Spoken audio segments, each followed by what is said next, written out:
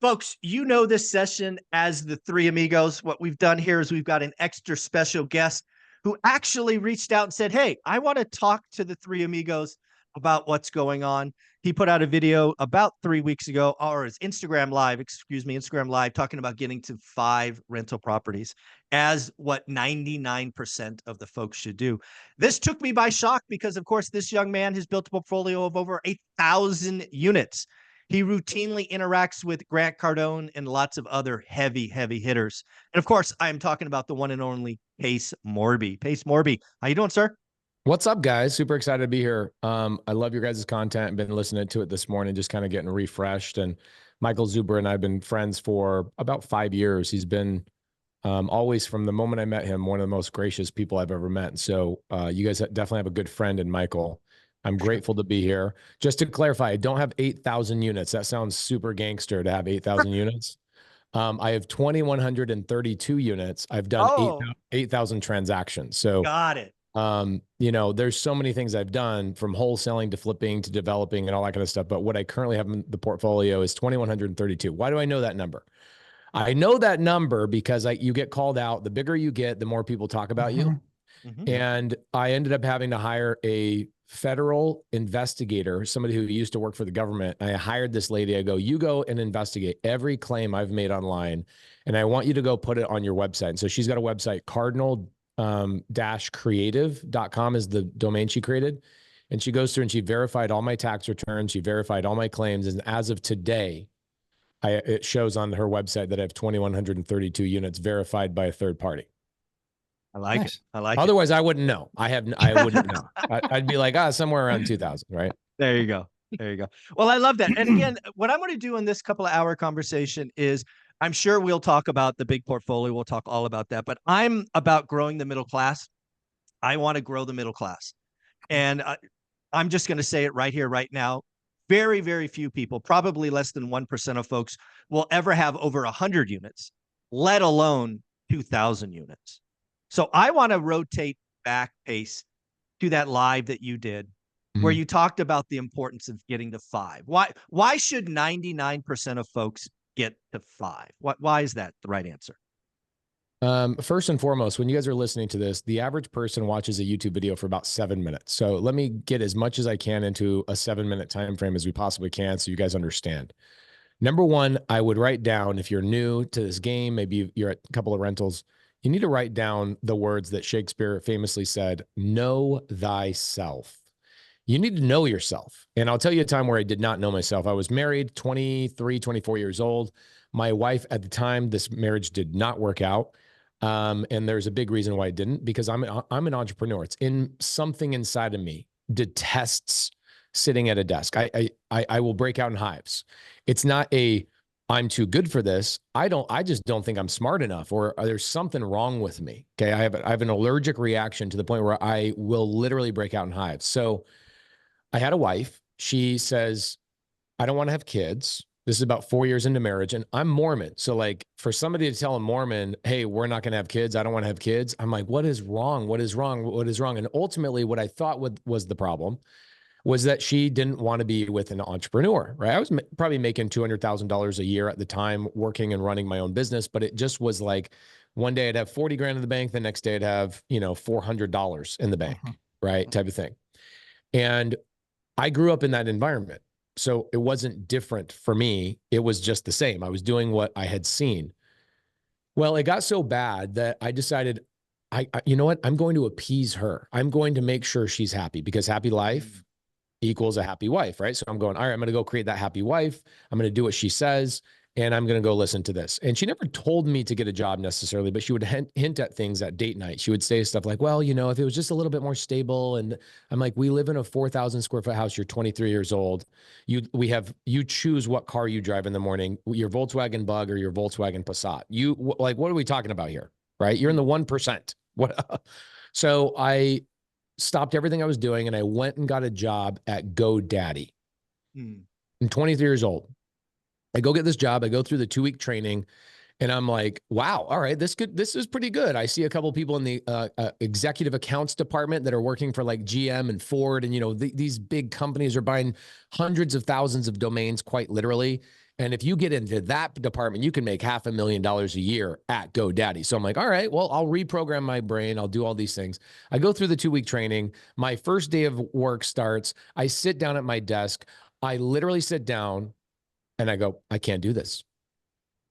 I got up, I walked out, I called my now ex-wife and I said, if you want me to be somebody who I'm not, you need to marry somebody else.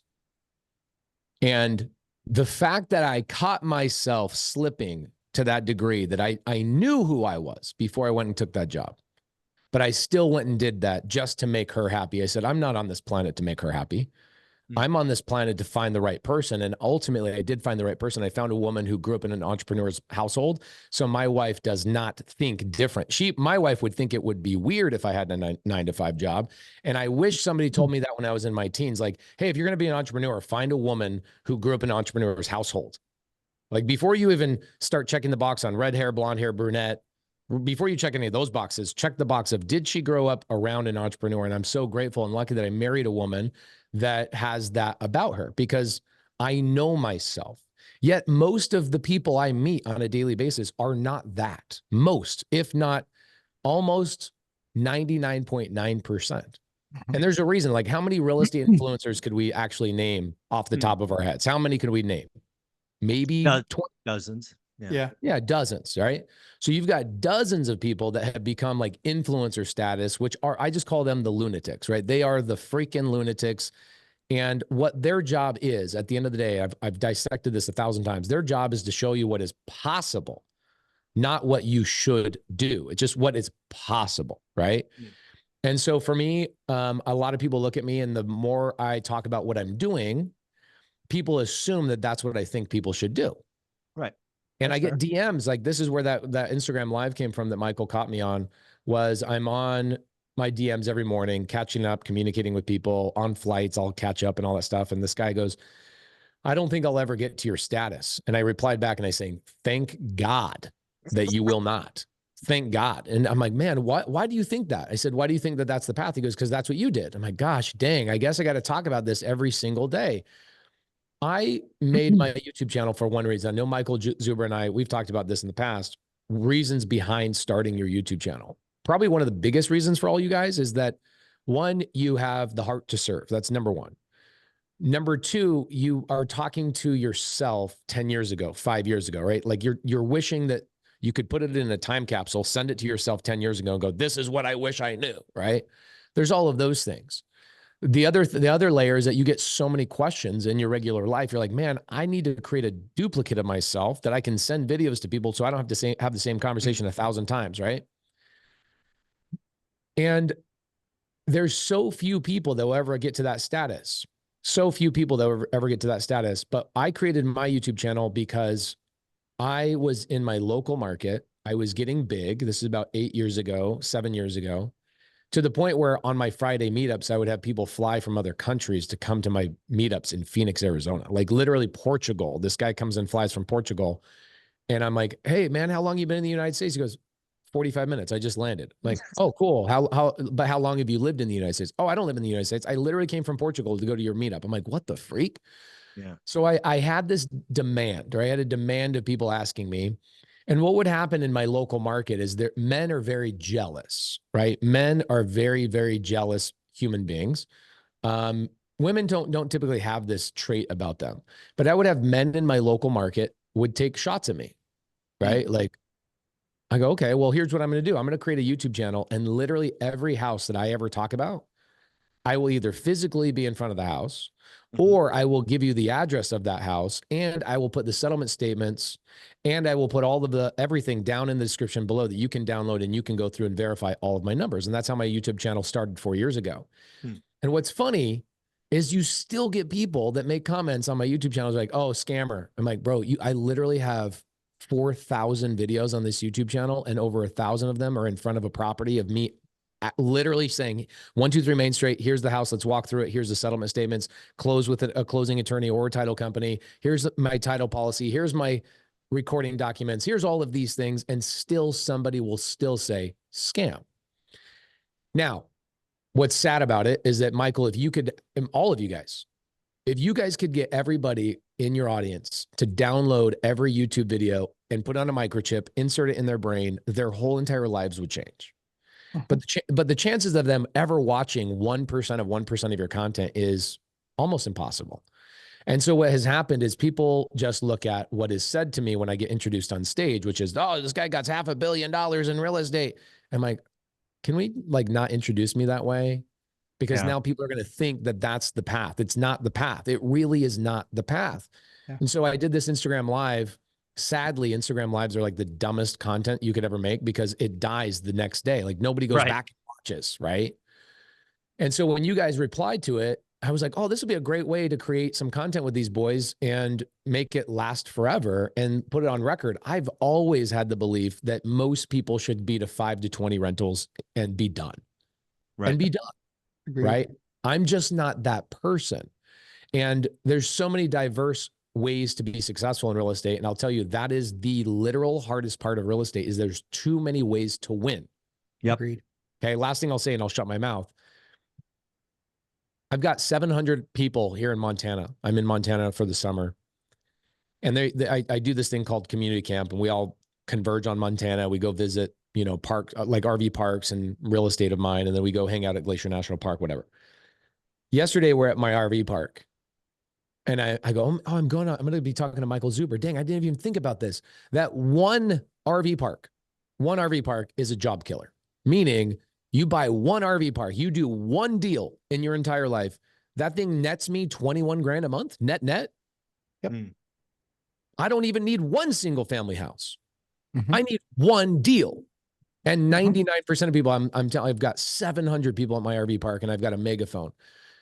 I go, how many people would rather just do one RV park versus go get 20 rentals or, you know, one mid-sized multifamily property? And everybody's like, me. Because I know that most people, I'll tell you right now, if everybody could do this exact thing, collect a check, sit down, watch TV, you know, be with their kids all day long for the most part. Like, you know, there's a limit on how much you can spend time with your kids. You know, you got to go out and create a blueprint for them. You got to be successful if you want your kids to be successful. But 99% of people would be like, just give me 20 grand a month and tell me I don't have to work. And that's the path I would choose to go down. And I know that. And I think the hard thing about that is that people had a hard time raising their hand at the RV park because they go, wait, that is admitting defeat. That's admitting that I don't want to keep building this empire. And I don't want to be a Grant Cardone or a Pace Morby or a Ken McElroy, or that means I'm quitting. And so I wanted to say to everybody in the audience today that, guys, it's not quitting. It's just triumphing over your individual goals. Instead of you competing against me, you're just competing against yourself.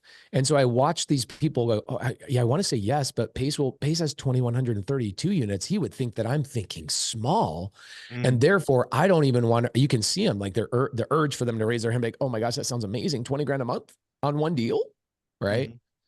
So for me, my true belief is that most people need one good deal, like a small, mid-sized multifamily deal, or an RV park, or one of my mobile home parks would quit. I would take one of my mobile home parks in Yuma, Arizona, and compare it to somebody else's 50 single family home portfolio, and it would trump it. And it's one deal. Yeah. And guess what? I didn't have to cold call. I didn't have to go out and knock doors. I didn't have to send postcards. I didn't have to negotiate. I didn't have to do any of that. A wholesaler brought that deal to me. And so there's so many people in the audience going, but where do I find the deal? I'm like, guys, you don't need to be an acquisition person. You don't even need to learn contracts. You don't need to learn transaction coordination. You don't need to learn any of those things. Like literally, if you're just like, I want to make 20 grand a month net, you could just buy deals from wholesalers and real estate agents for the next 5 years, or one deal in the next 24 months, do your due diligence, learn how to underwrite, all that kind of stuff. And you're done. You could do one and done. And people need to understand that. And I think that the reason why people need mentors like yourself is because what you guys should be good at, I know Michael is good at this, you two other gentlemen, I assume you are, is being able to have the gift of sight. Meaning, You look at the individual that's in your mentorship and you see their age, you see their skill sets, you see their desires, and you give them a detailed plan based on who they are rather than, nope, this is the cookie cutter way to go. And this is exactly how it should be done. And right. And what I've encountered is about 26 different avatars in real estate and 26 different ways for people to find deals and get their hands on transactions, 26 different ways. And if people don't know those avatars, they just assume whoever they're listening to is disagreeing with somebody else on a different YouTube channel when we aren't. There's just so many ways to win that it gets confusing, right? Like all four of us have found our deals all four different ways. We've acquired our deals all four different ways. I'm allergic to banks. I don't want to go through a bank. I've been doing sub-2 for 11 years and seller finance for 11 years. I don't see sub-2 or seller financing ever going away in the sense of how many deals I can collectively get. Yet some of you guys love banks and you do go through banks and it works for you, right? And so the audience member goes, but who should I listen to? Both. Yeah. But you should stop. You should stop and know thyself and dissect yourself and look inward, stop looking outward, right? If that makes sense. So sorry, that was a big, long 14-minute rant. I apologize. No, I mean, we're going to go there now because I think that's a lot of the challenges. Because again, we all interact with hundreds, if not thousands of people a week in our communities. And a lot of it is know thyself, right? They get attracted to you because something you've said or your experience they relate to, right? That's the connection, right? If you're an entrepreneur and that's how you're wired, you're not going to like Mike Zuber. He's allergic to that shit. He thinks it's risky and scary. And, I get hives even thinking about making payroll. I mean, you kidding me? You want to be. Meanwhile, I got $500,000 in payroll every 2 weeks. Yeah, exactly. That would freak me out. Pace couldn't handle it, sitting at a desk for, a day after training. Just that's why people got to find their person. And the first thing when I think about know thyself is, and again, this is so important. You need to know who not to listen to, right? Because one of the things that you talked about, Pace, and we'll go to Matt and Dion here in a minute, is I think a lot of people, like you say, there's lots of ways to do this thing, but there's also lots of different voices. Part of the game is figuring out who you're going to listen to and who you're going to ignore, because you don't need all of that noise in your head. That's one of the things I talk about a buy box, because again, it's permission to look and permission to ignore. Dion, we'll go to you here. What was important in all of that? What do you want to talk about? So actually, I've been sitting here for those 14 minutes trying to figure out how do I say anything without being insulting to everybody that I'm here with today. I'm gonna do my best. You're not really thinking about that. Why start now, Dion? Yeah, I know. Why change? So I like to watch guys like Pace and Zuber and Matt and the guys you named, like McElroy and Cardone. And I've watched Bigger Pockets for the Brandons and the David Turners and everything. And I've had to be really careful not to get any of you on me, because you guys are so different than I am. Right. So Zuber, we're W-2 guys. I've been a Marine, a cop, a truck driver, teach how to drive trucks. I've tried entrepreneurial stuff, failed both times, don't want to do it. Don't like it. All of my deals are from the MLS. Conventional lending. I've never done subject to FHA. I've not even used my own VA loan. I just want a conventional bank loan on my properties and then never think about them again unless the rates go down far enough for me to think, oh, I could save some money. I don't care about paying them off. I've never done creative financing. I've just even struggled with the Three Amigos. There was a period of time where I've never done a home equity line of credit. I've never done a cash out refinance. I've never sold a 1031. I save up a down payment. I buy a property that's going to make more than it costs. I save it up and do it again. It took 10 years to go from massive debt to never having to. I've been retired now for 2 years. I can't tell people this is what you should do. Like, I scuba dive everywhere I want. I go to whatever country I want. The money rolls in more than I need. But I don't need that growth of my business is growing thing that seems like a lot of people like the Cardones have. Like, he's started with single family houses, and then he says, if it doesn't have 13 or 16 units, don't talk to me about it. And I'm like, I don't want that. I don't want a 10 unit. I want duplexes that are at least 10 miles apart, so a base or a port or something can close or go on strike and I don't lose all my tenants. I have one property impacted. But I watch all of you guys because I learned something from each person that benefits some small part of what I'm doing. I don't think I've copied anybody that I've named. I don't know of anybody else that goes, just go to the MLS, just work, save a down payment, give yourself that decade, and you'll have this, like Coach Carson. Okay, I found the guy. Small and mighty investor. Have a small portfolio, have freedom for your life. That's who I am. But I made it to 40 without ever owning a rental or having $1,000 in the bank, right? I was just that guy that just was going to work until he died. And then I found content of people who are doing these crazy, amazing things. And I thought, I don't want any of that, but I want the freedom that comes from that. And it's really nice to hear guys like Pace and Zuber. I mean, your book, One Rental at a Time, you have over 100 rental units, but you're just like, get to 4 all the way through your first book. It's just get to 4, because then you get a couple things. Your first goal, if I have 4, pay them off by the time I retire, retirement's better. Maybe it's get to 4, find out I like this. I'll buy 8 properties, have 18 units, make a couple $100,000 a year in profit. And I wouldn't have got there if I didn't get to those first 4. Mm-hmm. But then there's also guys out there like Millennial Mike that are going to go, okay, I got to 4. Where's 40? Where's the 400? How's the next growth? And that's his personality is going to take off that way. And I think it's great because each person that we can watch, as long as we avoid the crash bros, because that'll get on you too. Yeah. But each person that you watch shows you that it's possible from a possible background that you could have. You might have the entrepreneurial background, don't want a W-2. So Pace is going to go, here's how you can do money if you don't like banks or don't need banks. I could go, okay, if you're working full-time, raising 3 kids, you're super lazy. Here's how you buy rental properties. And Matt with his control freak, I'm going to do everything, all the turnovers myself.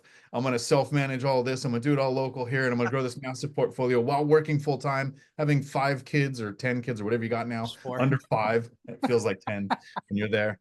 But and it's possible to do that. And that's why I think there's so many different places to get your content from, and then narrow down to what's going to work for your strategy. Absolutely. Matt, you actually kind of split the difference, right? I think you obviously had a W-2, but you are entrepreneurial. Certainly among the 3 amigos, you lean that way the hardest. Dion and I are like, no chance. Sure. You know, what kind of struck you in what Pace shared earlier?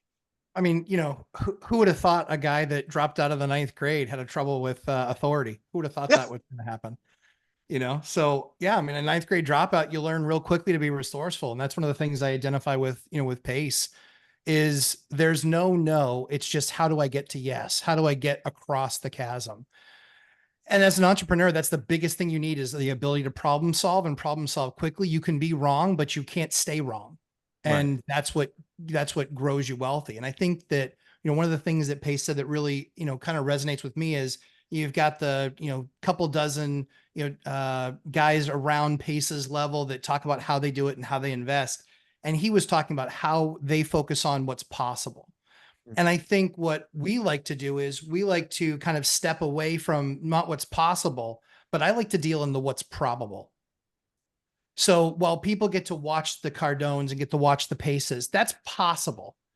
But that chasm is wide, that chasm is deep, that chasm is dangerous, and many will fail. And you might be okay with that. You might be one of those whack job entrepreneurs like me, or clearly like what Pace does. You might be one of those guys where that's your blood flow every morning. And you're like, that's how I feed. That's what I feed off of. And I think for me, it was trying to be on the level of, sure, I've got 150 units. I've got 52 buildings. You do single families. I can't do single families. They don't cash flow. But it's like starting to dissect what's right for you, what's right for your market. And so I believe in that intentional, the unintentional landlord, the aggressive unintentional landlord, which is house hacking. Did it 9 times in 13 years. I couldn't have climbed the ladder without it. Could not have done it. Fannie and Freddie shut me off. I wasn't smart enough to think of sub 2. I wasn't smart enough to think of seller financing. Those were things that no one had really done 15 years ago and 17 years ago when I was starting my Jersey. They were much fewer and further between. So I think it really comes down to that, yes, having that entrepreneurial spirit, but I think it comes down to doing one deal, doing it right, learning from your mistakes, and then trying to replicate the best part of that deal. Yeah. And so I haven't done 100 different deals. I've done one after the next, and I've just not said yet, I'm good. I will eventually say I'm good, but not yet. And so that's where I think that that's what people can learn from most is it's about doing and understanding yourself, getting the experience. There's no better way to do it than a house hack. You get into it, you live in it, you're providing your own housing, you get to see what tenant interactions like, fixing things is like, all of that stuff then becomes, holy cow, a year later, I can't believe how much more I know. I know how to restart a furnace now. I know how to flip a breaker. I know how to, fix a leak. I know how to do these things. And you get all of that experience when you get to be, unless you're young, but he can still do them. But you get all of that type of experience, when you're living in it. So yeah, I think one of the things that's most important that Pace said was, they focus on what's possible and we manage and teach in what's probable. Yeah. Here's how you need to implement this. One of the things I wanted to be clear on that, I talk what's possible on my YouTube channel. Right? Yeah, sure. Of course. And I didn't build a community of 20,000 people by talking about what's possible. I talk about what's probable, and what's different about the way that I educate is that I understand that people on YouTube do not pay attention. Yeah. They don't pay attention, right? The attention span of an Instagram reel, a TikTok, whatever, all these short form videos, you'll be lucky to get people over to your YouTube channel. Then the people that get on your YouTube channel, you're lucky to get them to listen to longer than 7 minutes. Sure. Look at the analytics. It's the average YouTube video is 7 minutes long. Why? Because they weren't in a place that they were committed to sit down, take notes, et cetera. So what is an amplified level of education? Usually a webinar. They'll listen longer. The average webinar goes on about 45 minutes. And the average webinar is like an hour and a half. Most people stick around for 45 minutes. So it's like, okay, well, there's an elevated thing. Somebody committed to the time, they put it on their calendar. People have limited time. So they're going to show up and they're going to pay attention for 45 minutes. So you can then give a little bit more education, a little bit more breadth to what you couldn't do on a YouTube video, right? And what I want to say to people listening to this, because this will end up on YouTube, YouTube becomes a waste of your time after about 30 days. YouTube is there to inspire you to take action. And if you are still on YouTube 2 years later and you haven't hired one of these guys as a mentor, just put your face right in front of a mirror and smack yourself, because you have not committed to anything. You haven't put it on your calendar. You haven't said, I'm going to sit down and take notes. You haven't done any of those things. And then more importantly, it's you, yourself, and you. Right? You're an isolated island. You have no help. You have no feedback. There's no positive or negative feedback loop. And so you just continue to consume YouTube content after YouTube content, averaging 7 minutes at a time, when most of the time people's intro to their YouTube video is 2.5 minutes.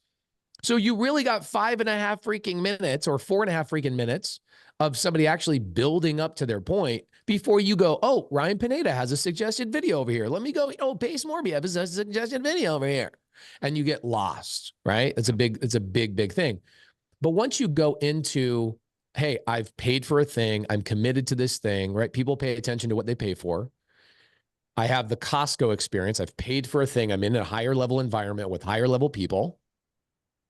And you now can choose a path. So for us, when somebody comes into my community, they choose a path with the help of a dedicated MSA, a member success advisor. So somebody gets to know them. We have them take a personality test that takes about 5 minutes in the beginning. We start identifying, we give them a 90-day game plan on a very specific thing. I teach a lot of wholesale. I think a lot of people like me should do wholesale. Not one of you 3 guys should ever do wholesale in your life.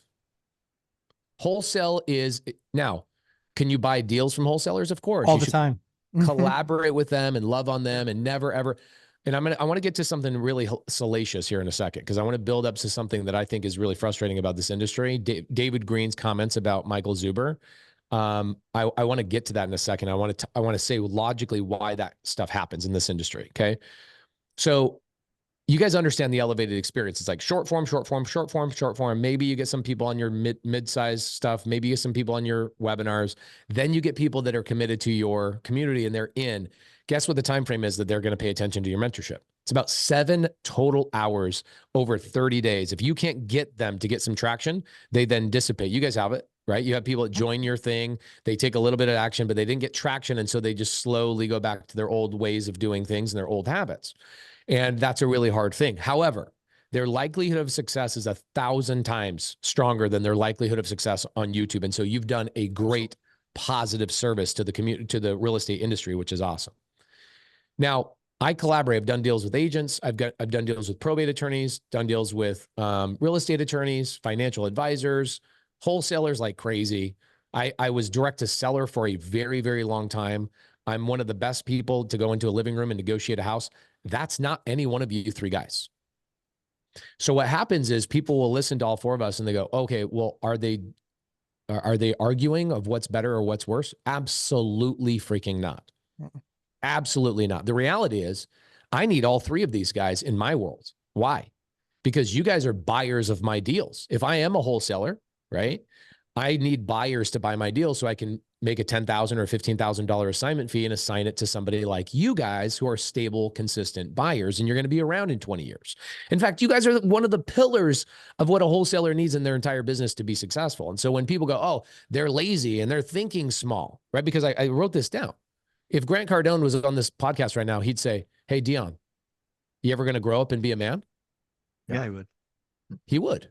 He'd say, He would. really? Okay, so you stop growing. You stop challenging yourself. You stop this. When are you going to grow up and be a man? And then you go, what I loved what you said is you said, I don't want to get any of your guys' schmutz on me. I don't want to stand next to a muddy dog because that muddy dog's going to shake and I'm going to get the shrapnel and then I become muddy. And you start thinking, wait, maybe I am thinking small. The reality is here, let's figure out like, what is the 1% of the 1%? The 1% of the 1%, you're in it, Dion. There's no possible way you've ever thought small, bro. Okay. Grant Cardone, why does Grant Cardone do what he does? I'm very good friends with him. I have dinner with him. He speaks on my stages. I think he's one of the most genius men I've ever met in my life. People criticize him. Why? Because when you're close to a human being, you find out that they're a human being and it's easy to become their friend. When you're not close to them, it's easy to take shots at them. And instead of going to the industry and saying, here's how I provide value, come and listen to me. This is how I will individually provide value, right? I will do this. I will talk about this. Here's my unique take. Da, da, da, da, da, da, da. Small men criticize bigger men because they don't understand how to provide real value. And here's what I mean by that. I look at all the influencers in the industry and they don't understand that the industry needs all of us because we all have different pathways and different gateways to success. And that's the coolest thing about real estate is that there's so many freaking ways to succeed, right? I'll bring up Heather Blankenship for a second. Heather Blankenship, good friend of mine. I don't know if you've had her on your show, Zuber, have you? Yeah, once. She's gangster, right? She has like 4 RV parks and she makes 30, 40 grand a month in net. And she runs a very tight, she focuses on women who want to own RV parks. I'm like, that is what most coaches should be doing, is like finding and identifying that small individual.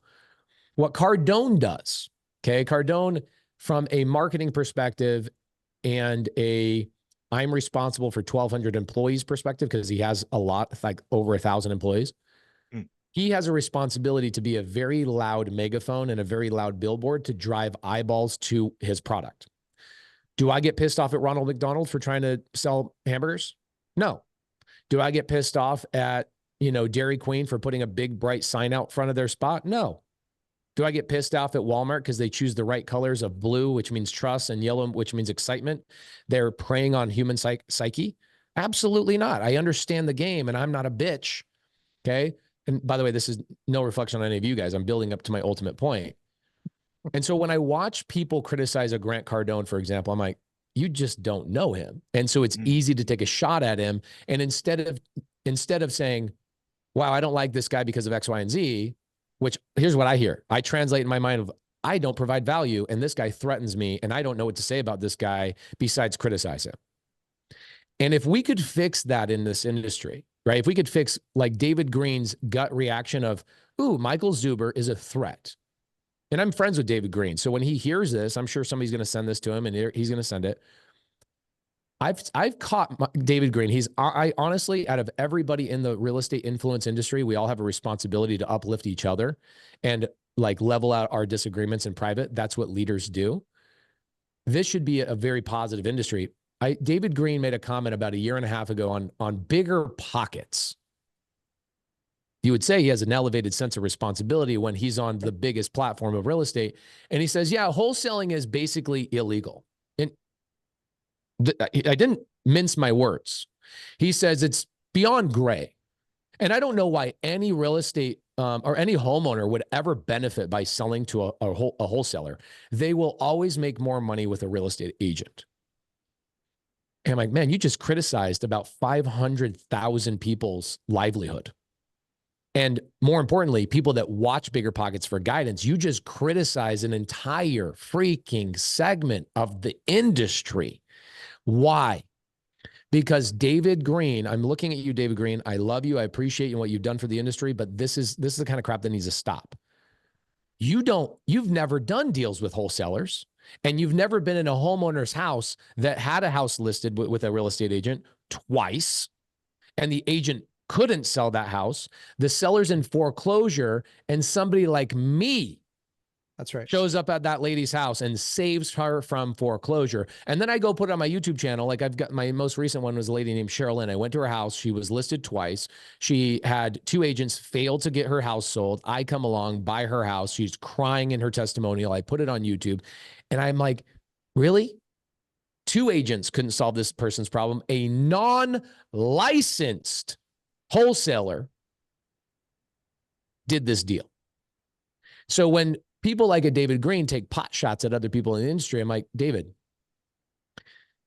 you need to understand, killing everybody else's fish doesn't make you catch more fish. Okay? You need to understand, like, for example, I'll go fish, and I'll be on the same boat, 2 guys on the same boat, we're fly fishing. I will choose a completely different fly than my counterpart, because we're testing, like, what lure is going to catch what fish, right? And if I want to catch a whitefish, I get I have a bait that will sink down to the bottom of the river. If I want to catch a trout, I'm landing a fly on top of the water. What David Green does when he makes those comments is he says, well, I want to catch more whitefish. Okay, cool, David. Then lean into what you're really good at and provide value to the marketplace, and don't do anything else. What he does is he goes and kills all the rainbow trout, thinking by killing the rainbow trout, which is not even his audience, it's going to make him catch more fish at the bottom of the river. Does that make sense? Yeah, of course.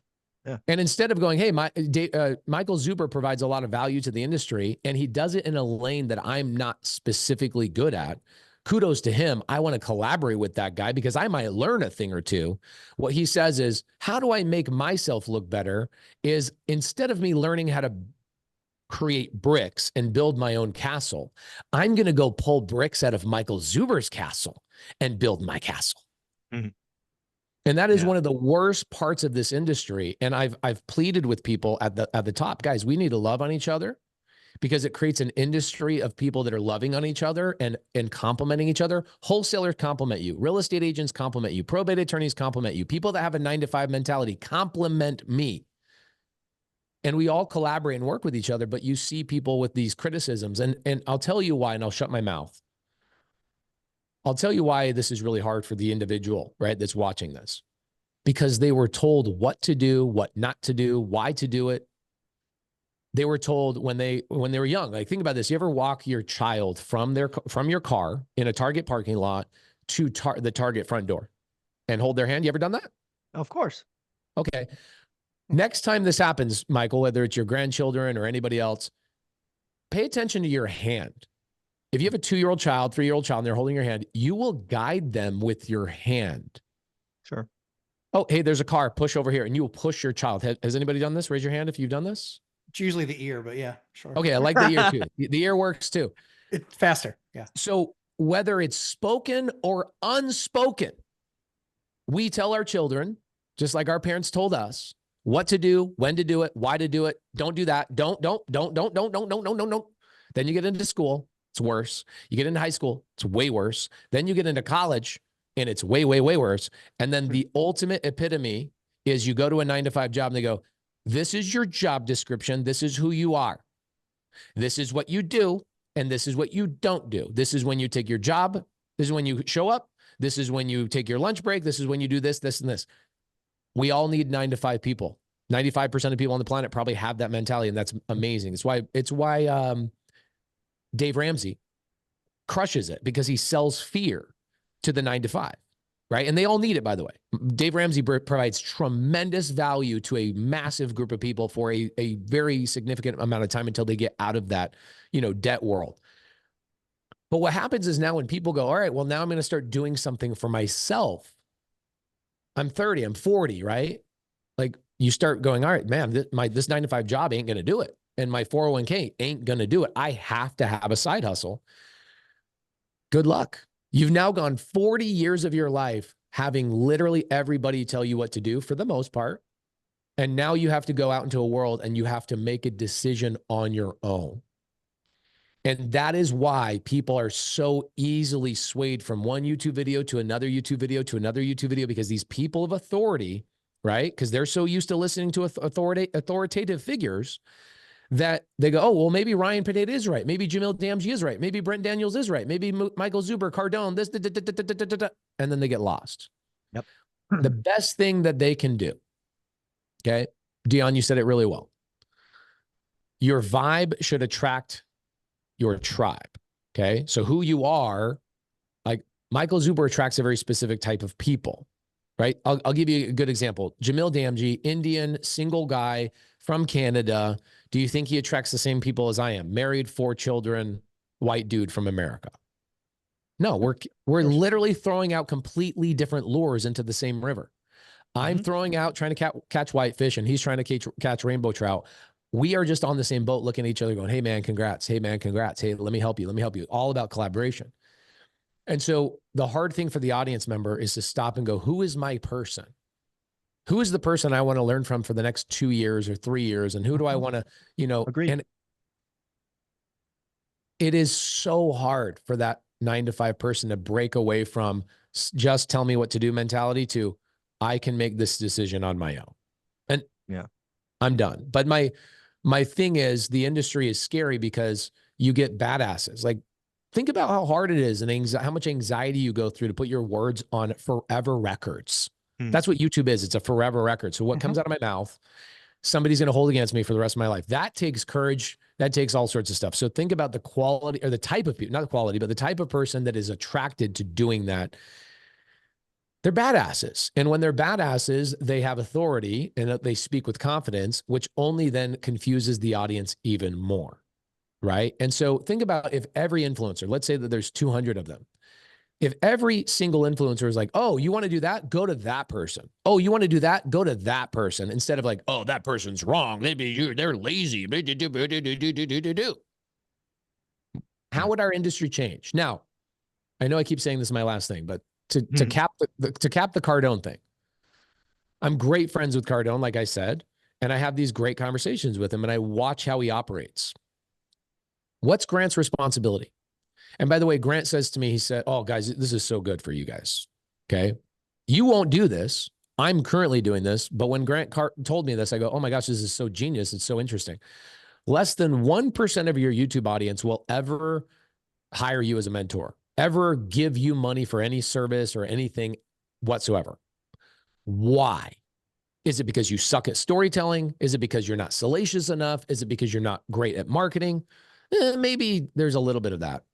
But overall, that's not the reason why. The number one reason why somebody won't buy your thing, whatever that thing may be, is because they don't believe in themselves. Interesting. Yeah. 99%. So think about it, right, Matt and Dion? Yeah. People will go buy a mentorship. They don't take action with it. Then the next mentorship pops up and they go, oh, another scam artist. Bitch, that person's not a scam artist. You just didn't do shit with it. What are you talking about? Take some accountability. Oh, you don't. That's the problem with human beings. They don't take accountability and they don't say, I'm the one that screwed that up. And so what happens is mentorships get a bad name because people don't take action, all that kind of stuff, right? Okay. So Grant says 99% of people in my audience will never buy a thing from me because they don't believe in themselves. Because here's what they're doing. They're going, I'm going to buy this thing from you. I'm going to get into your presence. I'm going to show you. Because really, what is a mentorship fee? In my mind, it's a filtering fee for people that are committed to listen to what I have to say. Because if I'm going to open my mouth, you better be committed because I'm not going to waste it. I'd rather be doing anything else, mowing my lawn, having my daughter sit on my lap as we steer the lawnmower together. I'd rather do anything else but talk to a non-committed person. I know you all three are the exact same way. So really, it's a filtering fee, right? So 99% of people go, oh, I already know what's going to happen. I'm going to give you the money. And I already know I won't take action. I don't believe in myself. I don't believe it's possible for me. So look at your YouTube audience, Zuber. Compare how many people watch your YouTube channel on a monthly basis versus people who actually buy a thing because they believe in themselves. It's very small. So Grant says to me, so what do you do? What do you do with those 99%? Not one of you three guys is going to do what I'm about to say. I am currently doing it.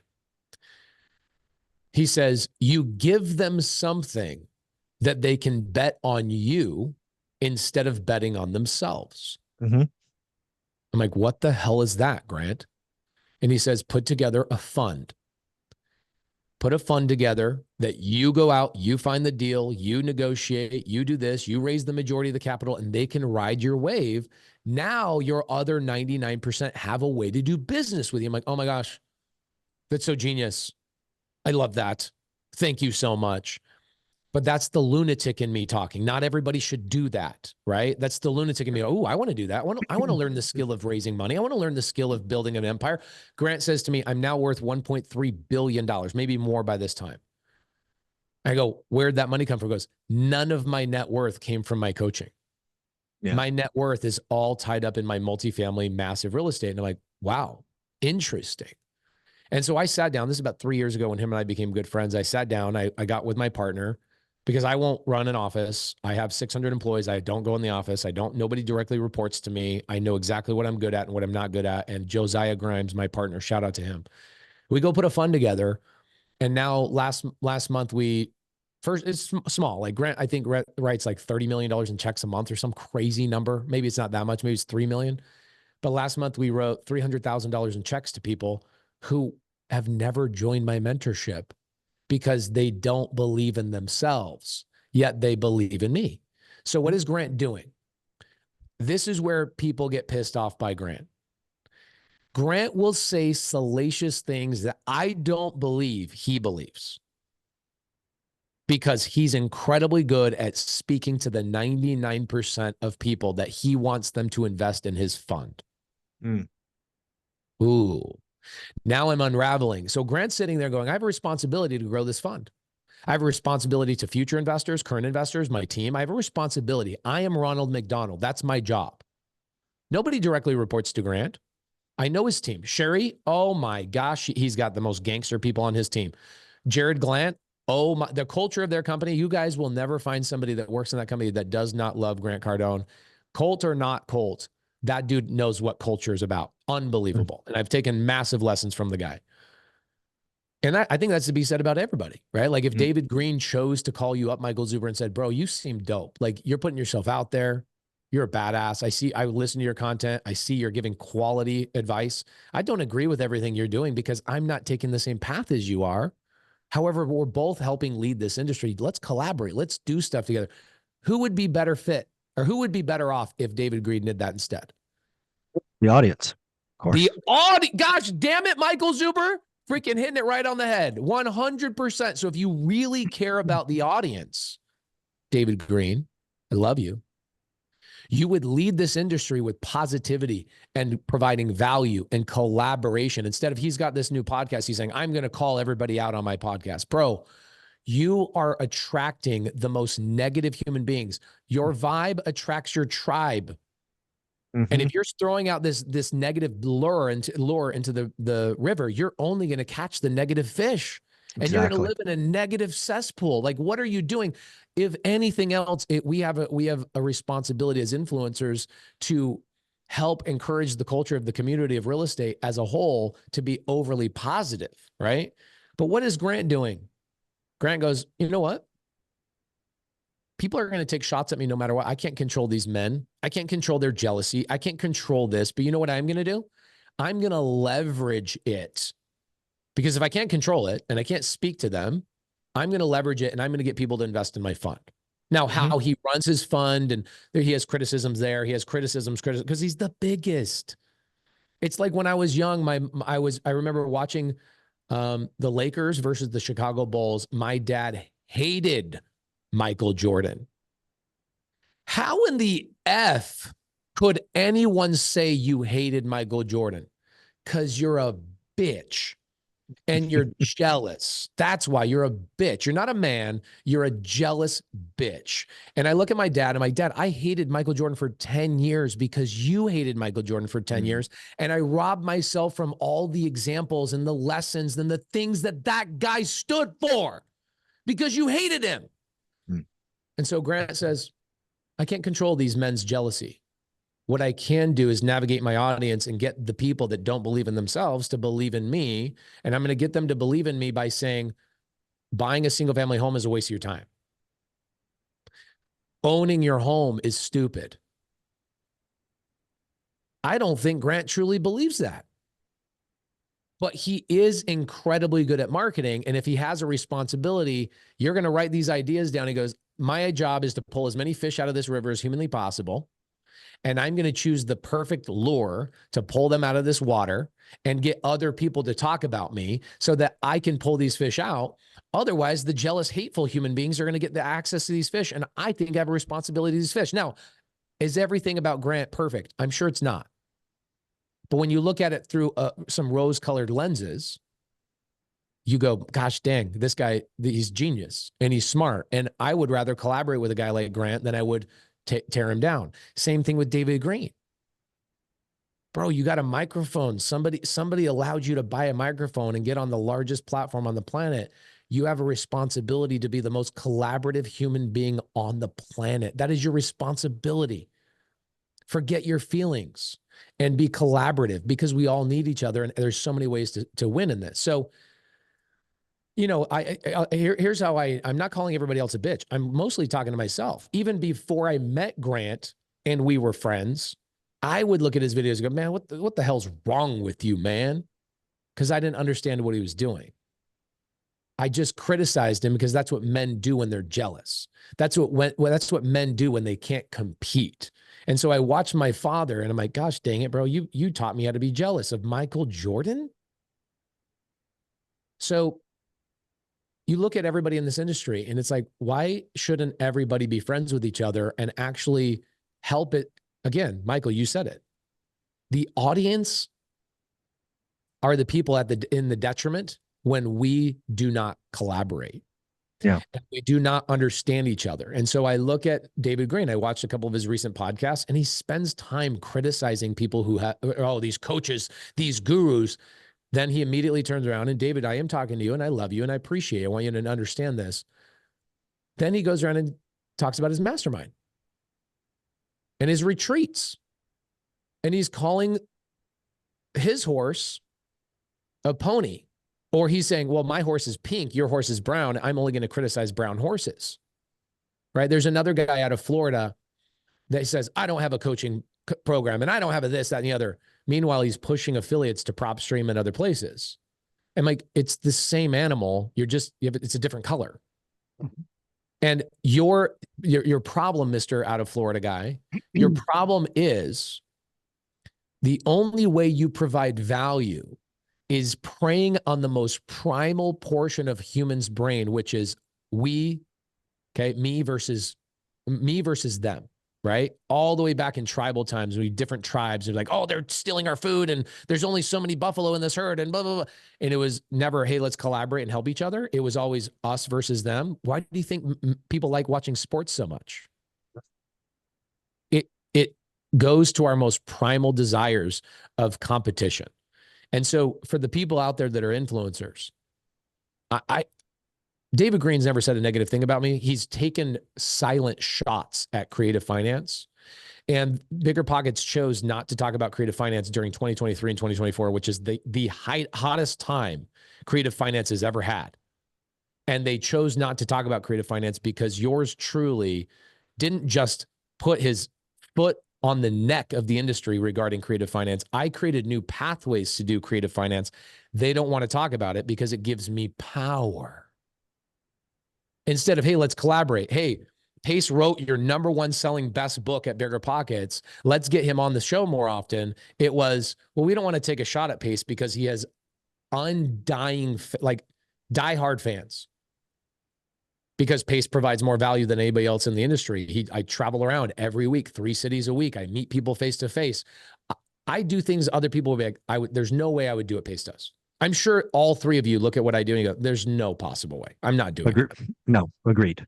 So instead of, but I'm a lunatic. I'm not better than anybody. I wake up in the morning. These are the thoughts I have. It's not let me beat other people. It's just, I really desire to do these things. So you look at how much better off the Bigger Pockets audience would have been over the last couple of years if they were hammering more on creative finance. Can we all agree creative finance has had its day in the sun for the last couple of years? Then why is Bigger Pockets talking about how the burst strategy still works?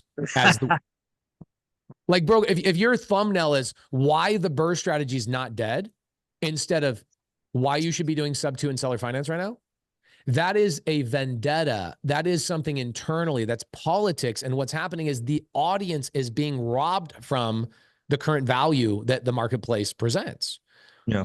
And so my ultimate point is the darkest part of these men is the jealousy, the non-collaboration. Why would anybody take a shot at Michael Zuber? Why? Jealousy, envy, greed. And when you give people like that a microphone and they go unchecked, this industry continues to be the most non-collaborative, cutthroat industry. Last thing I say, man, that's going to be on my tombstone. Last thing I'll say. 8 years ago, I get a lead, right? I do stuff that none of you guys do. I'll go send out, I don't do this now, but at the time, 8 years ago, I was sending out postcards and I was meeting with homeowners in their house every day, 2-3 appointments a day. Why? Because I was wholesaling, I was fixing and flipping, I was full time. Like while you guys were in your 9 to 5, I was also in my 9 to 5. My 9 to 5 was just wholesaling, right? Which, by the way, you could argue 9 to 5 is, or wholesaling is very much a 9 to 5 job. It's a grind. It's very hard. It's challenging. So I get this lead in Colorado. Seller lives in Colorado. House is in Phoenix. He's retiring. His wife is sick. They want to sell their summer home, which is the house that I, was inquiring about. We strike a price Wednesday. He says, yeah, by Friday at 5 p.m., if you can sign this contract with me, let's get this done. I'm like, Friday by 5 p.m. I'm like, I'll send it over right now. I'll just send it DocuSign. He goes, am I doing the deal with DocuSign? I go, no, I'm confused by the question. He goes, I'm an old school guy. Mm-hmm. I want to look you in the eyes and I want to sign the contract with you face to face. I go, no problem. I'll send a mobile notary. Am I doing the deal with the mobile notary pace? Dang, this guy's diehard. So this is before I had the largest community by a 20, 50 time factor of anybody else. And this is why I built my community. This one thing is why I built my community. And why now people use the word community in the ethos of real estate. Nobody was using that before I came on the scene. Nobody. Not a single person was using that word. I used that word. People go, "Ooh, that's the thing we do. And we got to copy and emulate that guy." And I'm grateful for it. I love it. I think it's great. It's overwhelmingly positive for the industry. So I go, I don't have anybody in Colorado. I don't have anybody. I'm not going to fly up there and get one contract signed. I got 5 other appointments I got to go on this week. This is ridiculous. So I go on the Bigger Pockets forum. Because at the time, this is the only place you could get help. Yeah. Right? So, and by the way, I could join a Facebook group, but the problem is I could join a Facebook group. It'd take me like a day or 2 days to get accepted, depending on the admins that are running that Facebook group. So I'm trying to join Colorado Facebook groups and this, that, and the other. I'm trying to reach out to agents in the area, but agents don't understand real estate or wholesaling and blah, blah, blah. So I go make a post on Bigger Pockets. And I go, hey, here's the situation. I need somebody JV with me. I'll sign a JV agreement. We'll split it 50-50. I already have a buyer. I need somebody to go to this guy's house. We can make $37,000. You make this, I make this, we'll split it. Okay. So most of what I got underneath that post, and they ended up taking this post down. It was such a negative thing. And I brought it up multiple times. So it's been taken down. They don't want to have the history of this thing. It was just a bunch of traditional real estate people criticizing the piss out of me. Go get a license, you freaking wholesaler. I'm like, man, do you guys do you guys not know how this works? Wholesalers are needed in this industry, just like agents are needed in this industry, just like hard money lenders and creative finance and traditional and all. Everything's needed. Why are you guys criticizing me? It was 30, 40 comments. And I was like, gosh, dang it. I get a little bit discouraged. And then that night, Wednesday night, I get a text message from a guy named Steven. Steven saw my post, reached out to me. Hey, Pace, I can go do this appointment. Give him all the information, get him set up, tell the seller, hey, Steven, my partner's going to be there. He'll meet you face to face. Great. Steven goes to the house. He's supposed to call me at noon. Doesn't call me. Doesn't call me. Doesn't call me. 7 o'clock at night, I get a call from the seller. Hey, Pace, it's Tim, the seller of the house, blah, blah, blah. Oh my gosh, I haven't heard from Steven. What's going on? Is everything okay? And he goes, Steven took a screenshot of your post on Bigger Pockets. And he came to my house and he showed me that you guys weren't actually partners and you were looking for a JV partner. Oh. Now, you guys don't run into this in the traditional space of like buying deals on the MLS, but this is rampant in the wholesale in the industry. wholesale space all the time. Yeah. It's so bad. It's so bad. So, I'm like flabbergasted. Like, why are you even calling me? You signed with Steven. He goes, I didn't sign with Steven. I'm a man of my word. I told you I would sell my house. You had till Friday at 5 p.m. If you don't sign with me, I'll sign with Steven at 6 p.m. But I'm going to honor my commitment to you. Get your butt up here or else I'm not signing with you. And so that night, it's like 7:30. I'm like, okay, I'm looking for flights. Now it's 8 o'clock. I can't find a flight that's going to get me in enough time to get there by 5 because this guy lives 3 hours outside of Denver. I got to land in Denver, get a rental car, drive 3 hours out, right? He's like way up in the north east corner of Colorado. And I'm laying in bed. It's like 9 o'clock. I'm just feeling a little bit defeated. And my wife says, hey, how's that thing with Tim, Steven, blah, blah, blah. And I go, I tell her. She hears the story. She goes, so what are you going to do? And I go, I'm just going to let the deal go. And she goes, that's not the man I married. Mm-hmm. Laura. Remember, my wife grew up in an entrepreneur's house. She understands the entrepreneur plight, right? Mm-hmm. And I jump in my Prius and I drive 16 freaking hours and I go to this guy's house. I get the contract signed. There's a whole bunch of story, like things inside of the story that I could give breath to it for 45 minutes. I'm not going to, but as I leave this house, okay, I'm walking, I get in my car. I'm about to get in my car and I look down the driveway and I see this guy had a really long driveway, lived in the middle of nowhere, and he had this dirt road leading up to his house, probably a 4-mile dirt road. And I could see this billow of dust coming up the road. And it's like this little truck just kind of like side swerving and stuff, like obviously going way faster than he should be going. And I'm like, oh my gosh, Steven's coming here to the house to beat my ass. Well, it wasn't Steven. The guy got out of the car, ran up to me, put his hand out, shook my hand. And he goes, hey, I'm Tim's son, the seller. And I just want to shake your hand and say, congratulations.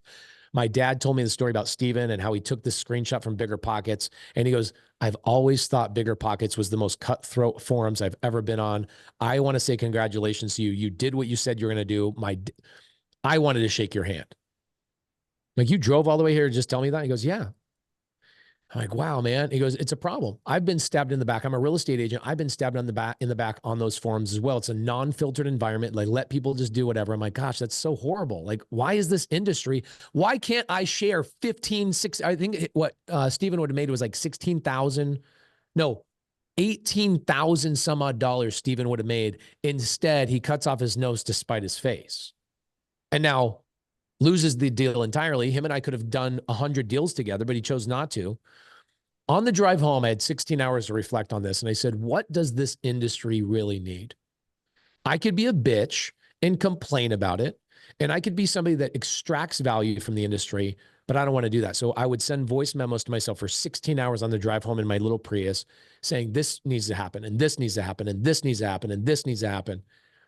And it's crazy to me with all these people, 4 faces on this screen right now that are all trying to pour value into this industry, that somebody would say something negative about somebody else that's trying to do the same thing. And you look at David Green, I'm like, David, you have a responsibility above all of us. You're exalted, bro. Like, in a lot of ways, you're exalted. You have a responsibility. You imagine a pastor of a church bashing another pastor of another church. Well, guess what? It happens all the time. And I don't know if that's the Lord's work or if that's the devil's work. You tell me. You think the devil is telling the pastor to criticize the other pastor of another church, a completely different denomination? Or is that Heavenly Father, Jesus, telling that pastor to go criticize that other pastor? That's Satan's work. Yeah.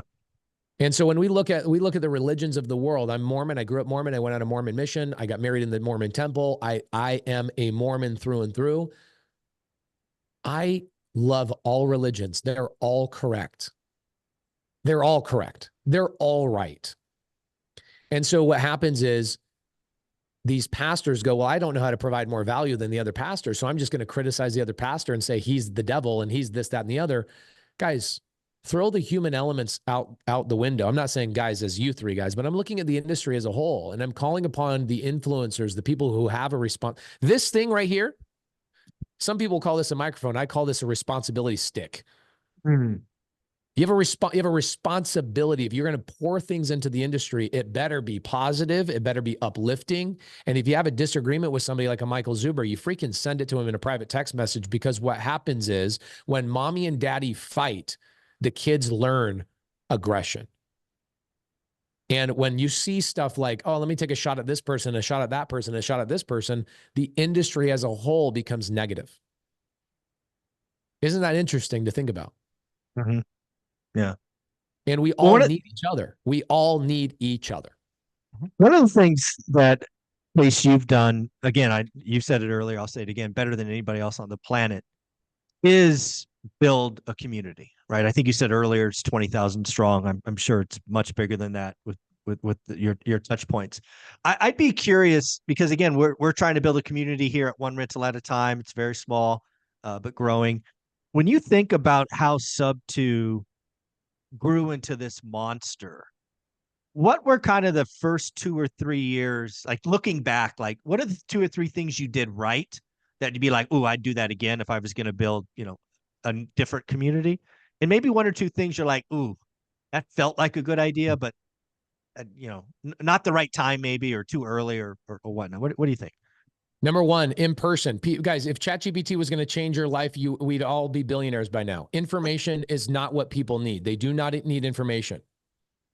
They need human molecule connection, which means physical interaction with each other in person. And so what I did when I got home from that Colorado trip, I didn't know what to do. This is 8 years ago. Nobody gave me, like, Alex Hormozy and I are good friends. He sends me a text. This is before he bought school. And he's like, you're the guy. You are the guy that revolutionized this industry, and you're not going to get credit for it, but I want to let you know, you are the one that actually built community the right way. Everybody else is going to start copying you. Russell Brunson, good friend of mine. I'm actually speaking for Funnel Hacking Live on Friday this week. Really good friend of mine. Same thing. He says, nobody in everybody that's ever built a funnel, you are the only guy our team has ever seen that actually has built a real community. Why? Because I go away from the digital domain. You don't see it on the outside, but when you get inside of my community, you go, holy crap, this is very much a physical community. So when I got home from Denver, that trip, and I was pissed off about Steven, I was very much acting out of spite. So thank you so much, Steven. And thank you, Bigger Pockets, for sometimes, having these forums go unchecked. I went home and I said, all right, I don't know what to do. I have 300 people on Instagram that follow me, 300. Wow.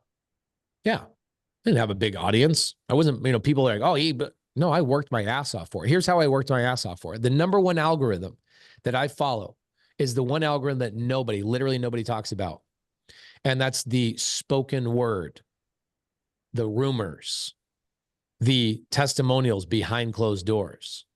That's the algorithm I focus on. And so how did I do that? I went home and I go, all right, Instagram stories just barely came out at the time. Instagram stories kind of new. So I went on Instagram stories and I said, hey, meet me if anybody wants to learn this business, I'm just going to give it away for free. So I said, meet me at Circle K, 6 o'clock in the morning, Saturday, and I'll take you around 12 hours all day long. I'll take you on appointments. I remember.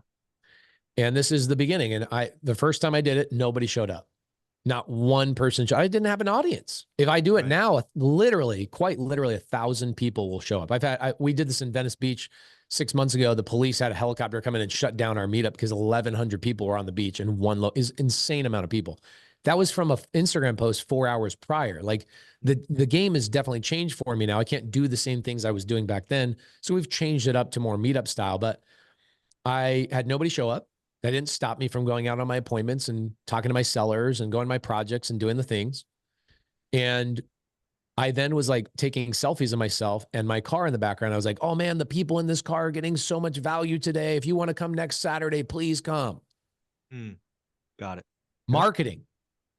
And so then people, oh man, you really did it. So I had the next week, I did it again. 3 people show up. Scott Garcia, Debbie Lou, and a gentleman named Tim. All three of them are now net worth over $7 million. And they all attribute it to that first meetup or that first day I did.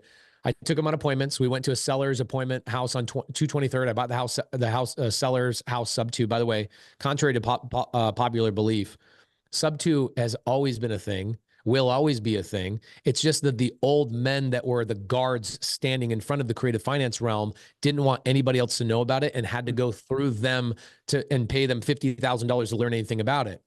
I was the guy that was like, I'm putting this all on YouTube and I'm going to piss all these old guys off. Right. Okay. They're all, a lot of them, most of them are all friends of mine, and they don't love my YouTube channel because they're like, well, now I've taken my mentorship from $50,000 to $5,000 and I still can't be able to buy it because they just go, I'll go on Pace's YouTube channel, watch it for free. But whatever, it is what it is. So I take them on appointments. I go to this house on 223rd. They see this lady. Literally, it was the only appointment I've ever been on where the lady was naked the entire seller appointment. Full on naked, not even socks, full on naked, answers the door naked. She's 300 pounds. She answers the door naked. She walks us in, it's a 5,000 square foot, multi-million-dollar home. I still own it to this day. Wow. And this lady sits down like nothing, guys, nothing is in her mind. She has no idea. And I'm like, I had to call her daughter, and her daughter's like 25. I'm like, is she okay? Like, can we talk? She's like, oh yeah, she's fine. She's just a nudist. Okay. All right. I go through this whole appointment with Debbie Lou and Scott Garcia and Tim with me. I sign this contract, buy the house. I walk out of this appointment and I go, this is what people need. They need to see what the business actually looks like. They need to be behind the computer screen, not on the other side of it. And so I started doing this. I did this for probably 4 or 5 months, and it got so popular. The algorithm went crazy. The in-person mouth to ear algorithm, people talking about what I was doing got so big that one day I had it got so big that I couldn't do it at Circle K anymore. They were like, what are you guys doing here? This looks like a gang fight. This is crazy. Get the heck out of here. So we started doing meetups every Friday at my office, and I'd order a taco truck, $600. I would spend the money. I was just like, oh, you know what? I'll just spend $600. I'd probably do a JV deal a week with people that come to this thing, And it got so crazy that people started asking me for my photo. I'm like, what? What do you want my stupid photo for? Yeah. What do you want my stupid photo for? Well, dude, nobody does this. Nobody does this. In fact, Cody Sperber, who's a good friend of mine now, Cody Sperber's entire acquisition team started coming to my meetups going, we're learning more at your meetup than we ever did working for an actual company, being behind the screen, because we're in person and we're doing the thing. I'm like, oh, wow, interesting. That's the recipe. People need to get rid of the screen. They need to get rid of Zoom. They need to get rid of YouTube, and they need to be in person. So I started telling people, bring your laptops. Let's do the work. Let's submit offers. Let's do the thing. And it got crazy.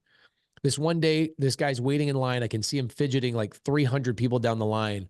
And he's fidgeting all the way until he gets to me. And I'm like, hey, man, bro, what's up? Like, are you on crack cocaine? What's up? He's like, I'm just so excited to be here. I flew in from Portugal this morning. Right. I go, cool, man. Like, what were you doing in Portugal? And he goes, I live there. I'm like, oh, you weren't visiting and just came back home? He goes, no, I came from Portugal to come to your meetup. Nobody is doing what you're doing. I'm like, oh, wow. Okay. And that was a recipe. And it went kind of crazy. And Michael, you met me at a time about 5 years ago where Jamil and I were on this tour called the Pace and Jamil Do America tour. I remember.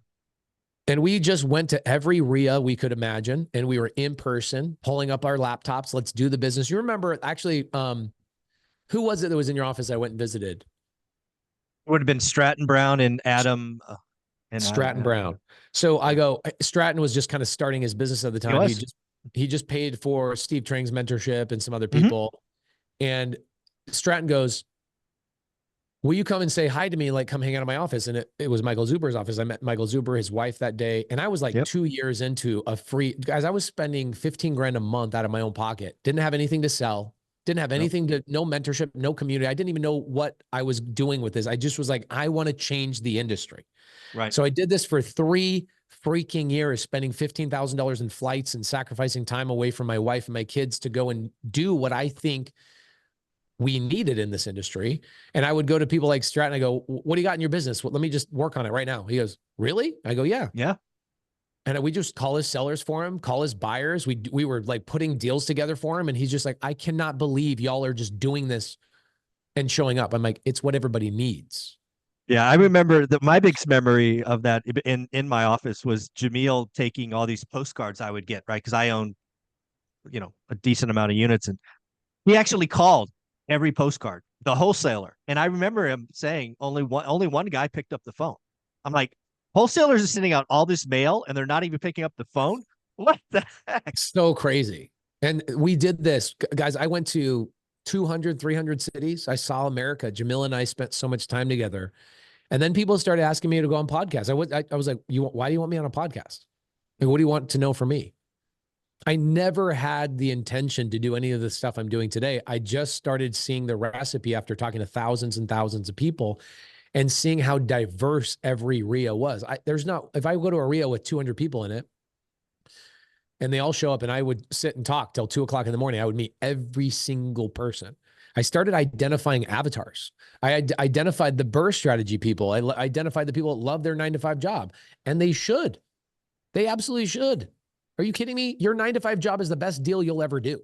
It's the thing that gives you the security to go and make decisions that are going to be challenging. You have that security, you have that foundation. And I would get to know them. And then I would get to identify the people that are like me. I'm at a point now, guys. This is what my parlor trick is. When I go to when I go to an event, One more time.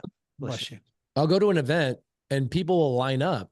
This happens now, like Bigger Pockets or whatever. I'll go speak for Bigger Pockets. And by the way, that's one of the greatest relationships I've ever had is with Bigger Pockets. And so none of the criticisms I said earlier have anything to do with it. I just look at the industry as a whole and I'm like, it's my responsibility to help fix some of this stuff. But I'll stand at an event and I'm so good at now identifying people that I can go, come stand in front of me. Don't say a word. I'll tell you if your parents are married still. I'll tell you how many children you have. I'll tell you what religion you are. I'll tell you what strategy you should be following, whether you should quit your job, not quit your job. I will tell you literally to the T everything about you. And people will record this and put it on their own YouTube channel. Mm-hmm. And it's insane. They go, where did you get this gift? I go, I got this gift from talking to tens of thousands of people and identifying that everybody is uniquely different. And they fit, well, I shouldn't say that. They fit into like 26 categories. And then those categories kind of cascade down. And what's ironic and weird about it is you think those are different paths. They're not. It's like the guy climbing Mount Everest, right? The Grant Cardone, right? He's climbing the Mount Everest. Mm-hmm.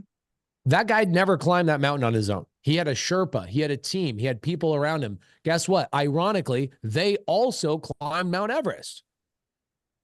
And so I started also identifying the people who got all the credit in the industry. Meanwhile, there's other people who are making a ton of money, like transaction coordinators or private money lenders, and how they all interface and they were doing deals with each other and trading and doing. I'm like, oh, how do I amplify this? And so when I built the Sub2 community, I built it with the thought process of there's not one way to win for the industry. There's one way to win for you as an individual. And here's how you collaborate with everybody around you. And so our community, why it has grown so rapidly and grows faster than anybody else's, is because everybody fits inside of it.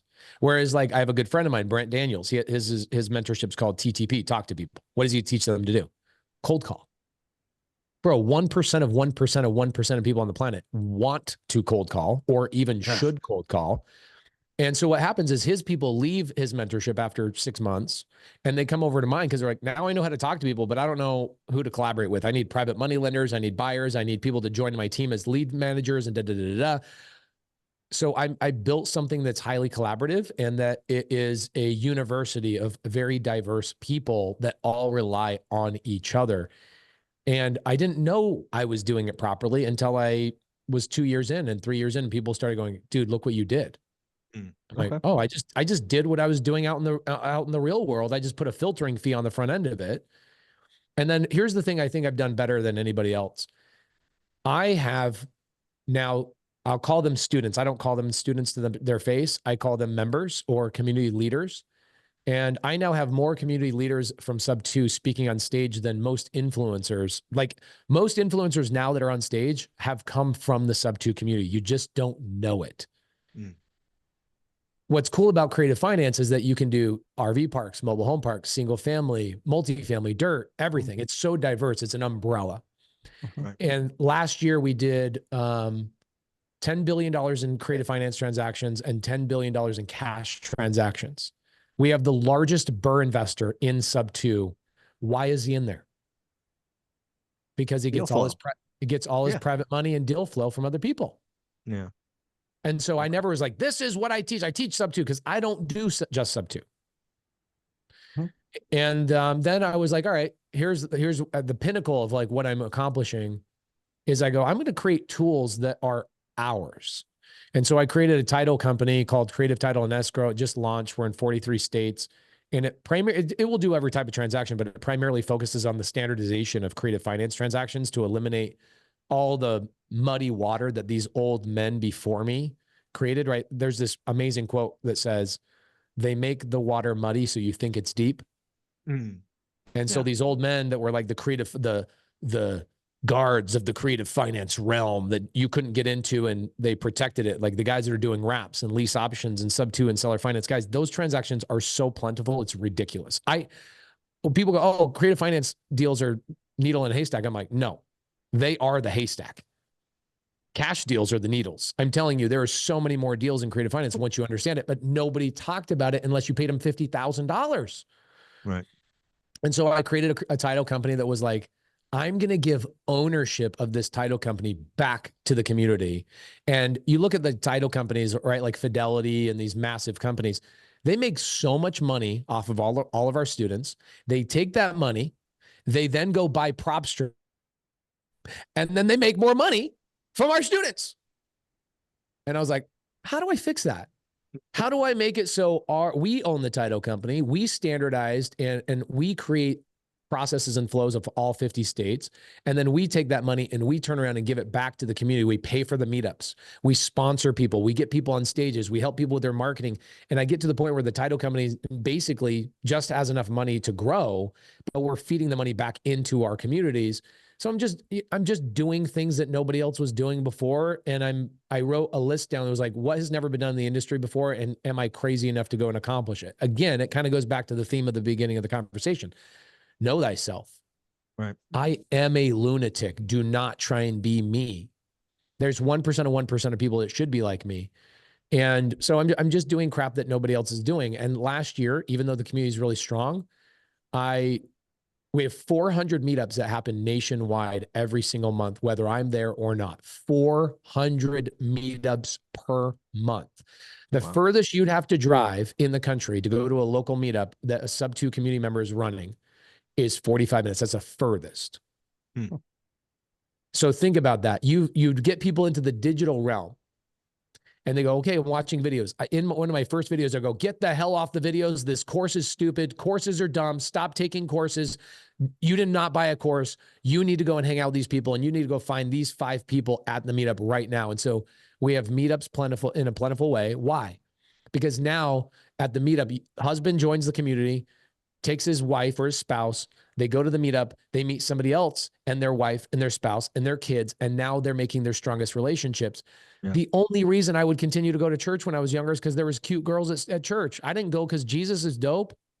So I'm like, what do people need? They need strong relationships and friendships in their local demographic, and a digital course cannot do that. And so I did the things that people really need. And by the way, in 10 years, mentorships, and not even 10 years, 5 years, 7 years, mentorships and courses are going to be done. Why? You're already seeing it. You're seeing the sentiment of, I'll just ask ChatGPT to write the contract for me. I'll ask ChatGPT for my script. I'll have ChatGPT do this, and this. What do they need information for? They don't. They need another human being to help them get through that fire and hold their hand. That means, for example, student joins in DFW today, okay, in sub 2. You join in DFW today. Let's say you have a lead. You can go into our community and go, hey, who can go on this appointment with me? And because our community is so diverse and so large, you'll have 14 people go, I'll go on that appointment with you. Oh, it looks like Myron's taking care of you. Let me know when you have the next one. I'll be the guy that goes on the appointment with you. That's what people need. They need less information. They need more interaction, right? And then you've got people like Kyle Kargas, which are very similar to you gentlemen and your speed. They go, I just want to buy one deal a quarter from other people that are idiots and are going out there and spending money on marketing and learning how to negotiate. I don't want to learn any of that stuff. I want to be with my wife and my kids. I want to buy a deal a quarter. and I want to buy it sub 2 seller finance, sure. Yeah, I'll buy 50% of them, but I also want to buy cash deals and I want to use banking and all that kind of stuff. And they just sit back and they rake in the deals from other people. So I made a very, very diverse ecosphere that everybody can rely on other people. And I tell them, don't watch the videos. Now, ironically, we have 39 Zooms a week, 14 hours a day of live support. That's crazy. Why? Because there's 4 different types of learning, right? There's kinesthetic, in person, there's audible, there's sight, right? There's all of these different types of things. I supply all of that. But at the end of the day, the thing that a community really is not digital. Yeah. And also the other thing, and this is going to hurt people's feelings, but this is my belief, and this is where we could differ. I don't believe a community is a monthly charge. I believe, because here's the thing, if they stop paying the fee, they're no longer in the community. Therefore, the only value they provide to you is a monthly expense. Therefore, you shouldn't be calling them a community. A community is friends of like-minded people that are sharing resources and filling in the gaps of each other's understanding. That's what a community is. So what I did is I chose to do a one-time filter fee. And here's what happens. Michael, I think you have a school community, which is awesome. I hear good feedback from it. I do. The challenge with that, here's what you're missing, in my personal opinion. If you do a school community, here's what you're robbing your students of. You are robbing your students of experienced people that after about 6 months, you have attrition, right? Maybe 3 to 6 months, you have attrition. Sure. The people that learn from you, they get some traction, they get some momentum. Guess what happens? They stop paying and automatically they're kicked out and booted out. And at that time, they're mentally going, Michael gave me this crazy value. I got momentum. This man changed my life. I owe him millions of dollars of value. But what do? They go, I'm out. I'm going to go do my own thing. Mm-hmm. What I did is I go, I need leaders to stay in here and I need you to run like your local geography. And so you go anywhere in the country, you name a zip code, quite literally, you name a zip code. I have a leader there that is doing deals with new people that are coming into the community. So that was, I'd say, the number one thing that I did was make sure that there's local geographical leadership every single part of the country. Fargo, North Dakota, Chris Neer. Okay. Chris Neer made $1.6 million last year in wholesale fees, buys a couple of rentals every single year. You know, that's his lane that he's chose.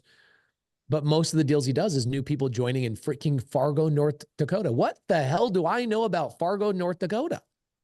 Nothing other than I want to stay away from there. It sounds cold. Yeah. Exactly. So what from a community perspective, I think, you know, this is where Bigger Pockets really kind of screwed up too, is I think when you do a yearly subscription fee, you cut your legs off in terms of growing leadership, and it then all falls on your shoulders. And in order for you to grow it, it can't be done that way. I'm Mormon, and I'm sure you guys are religious to some degree, or you've been to church.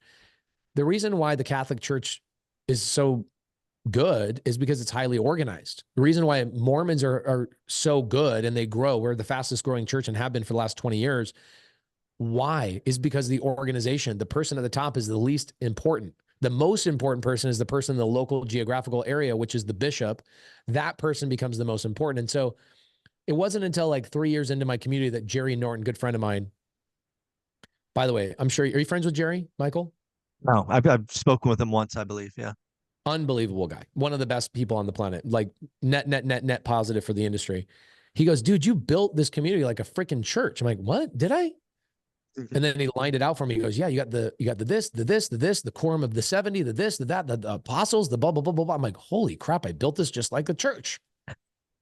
So the thing that I think hurts your growth and your leadership is the monthly expenses. Okay. And now it's a different model and it works. So I'm not criticizing, it's just a different model. So when people go, how do I build something like you? I go, you drop the monthly expense and you charge more money on the front end. Right. Which is hard. And you charge more money on the front end. Why? So that you get a higher quality people. Can we all agree that Walmart people are different than Costco people? Sure. Mm-hmm. Can we all agree that the free people that you educate on YouTube are very different mindset than the people that pay you $97 or $297 a month? Mm-hmm. Okay. By that equation, could we agree that have you guys ever seen that meme that's like a $50 client is like, oh, I want you to fix this, this, this, and this. And a $50,000 client's like, hey, wire was sent. Thank you. Yep. Yeah. course. That was one of the smartest things I ever did. Is I said, I'm going to make the filter fee significant enough that every time somebody's in my community and they want to collaborate with somebody else, we all know people are committed at the highest possible level. Last night, okay, I'm driving away from a hoedown. I did a 700 person hoedown I did here in Montana. Everybody in my community, the average person in that room has been in my community for over 4 years. And I'm driving Marlon home. Marlon is staying in my house. He's up here in an RV. He's like, can I use your house and take a shower? I go, of course.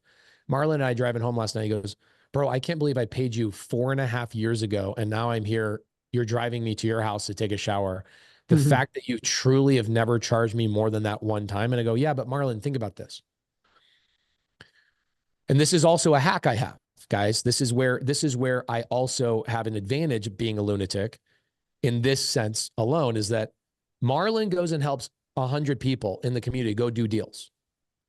5 of those people go do deals in Arizona, and 3 of them sell a deal to me. Right. And I bought $100 million in real estate last year from people inside my community. And so where I really make my money is by creating an ecosphere where everybody wins. And so Marlon's like, I can't believe I haven't paid you. I go, bro, you've paid me way more money than you can even imagine. Right. And I tied it and go, okay, you and Caroline did this, and then this happened, and this happened. Then Kyle, who you did a deal with 6 months ago, kept him in the community longer because he got a check for $40,000. Kyle then turned around and found a deal in a sub-2 deal in Phoenix. I bought that deal. I'm turning into a co-living property. I will make $3,000 a month on that property. And it's a domino effect of you staying in the community for a long period of time. He's like, oh my gosh, this is so genius. Yeah, that's one of the things that I think a lot of, again, these hateful men, to use some of your earlier words, don't understand. They think your primary income source is mentorship. And it's certainly not insignificant. I'm not saying it is, but your majority of your income, if we were going to audit your tax return, is the deal flow you get from your community. I think 99% of people miss that. And it's really hard to like educate people on what my four buy boxes are too. Like people just think I'm buying on my own. I have 4 buy boxes. I have a fund, right, that I raise money for, and we buy only seller finance multifamily properties. We bought 300 doors last year. I have a team that runs out of a partner named Josiah. Him and I are co-GPs. I don't really talk about that a lot because it would confuse my audience, right? Like, again, correct. I'm only throwing out bait to my YouTube audience that they're actually the exact specific fish I want to catch is going to pay attention to. But then I've got a whole bucket where I buy only deals for my community. I have a bucket where I buy deals directly, where I have my own acquisition team. And then I have another business where I buy businesses with my partner, Cody Barton, who I believe you know Cody Barton. Oh, yeah. Cody. Michael Zuber. Yes. So but I don't talk about these things on YouTube because it's confusing for people in the audience. Like, wait, this is overwhelming. I don't know what the heck this guy's talking about. It's too many things. But my partner, Josiah Grimes, comes to me 5 years ago and he goes, you need to be a coach. I go, I'm never going to be a coach. I think coaches are gross. I don't want to do it. I got scammed by a guy. I had a really bad educator named David in Phoenix, put a really bad taste in my mouth like 11 years ago. He charged me $47,500 to learn creative finance just to find out he had never done a creative finance deal. So I had this really bad taste in my mouth, and I understand the argument that like a David Green has towards the guru, the mentor, the whatever, because I've been taken advantage of, right? And so when Josiah came to me, I said, this is going to blow some of you guys away. Because guess what? Do you guys think I know anything about my funnels? Dion and Matt, you know more about my funnels than I know about my funnels. Because this is going to blow you away. Who makes the money from my community? My community did $100 million in sales last year. Who makes the money? Dales. Josiah Grimes. The way I set up my community from the very beginning is I said, Josiah, if I ever get paid as a coach or a mentor, shoot me in the face. You take the money. I want it to be done exactly the way I want it done. I want to build a community. I want to have massive support. I want every student to have an MSA. I want this thing to be about everybody else but me. He goes, that's impossible. I go, is it possible if I let you take all the money? And he goes, maybe. The only thing I get from my mentorship sales, and I've shown my P&L to multiple people that do not believe this, the only thing I get is reimbursements on my travel. Sure. Of course. Now, could this be done by anybody else? No. Because I rely on the success of the community in order for me to make millions of dollars a year. I rely on the success of it. So I crafted it in a way that I was like, if that mentor who robbed me $47,500, if he would have done X, Y, and Z, it would have been the best thing. What is X, Y, and Z? And I started crafting out, right? Again, with those voice memos coming back from Colorado, what would be the thing? Man, what would be the thing is if the coach made more money from doing deals than he did from income. Right. And so I gave that to Josiah, and Josiah and a gentleman named Nick Fisher, who you guys never hear about. Those are the two guys that make all the money inside of my community.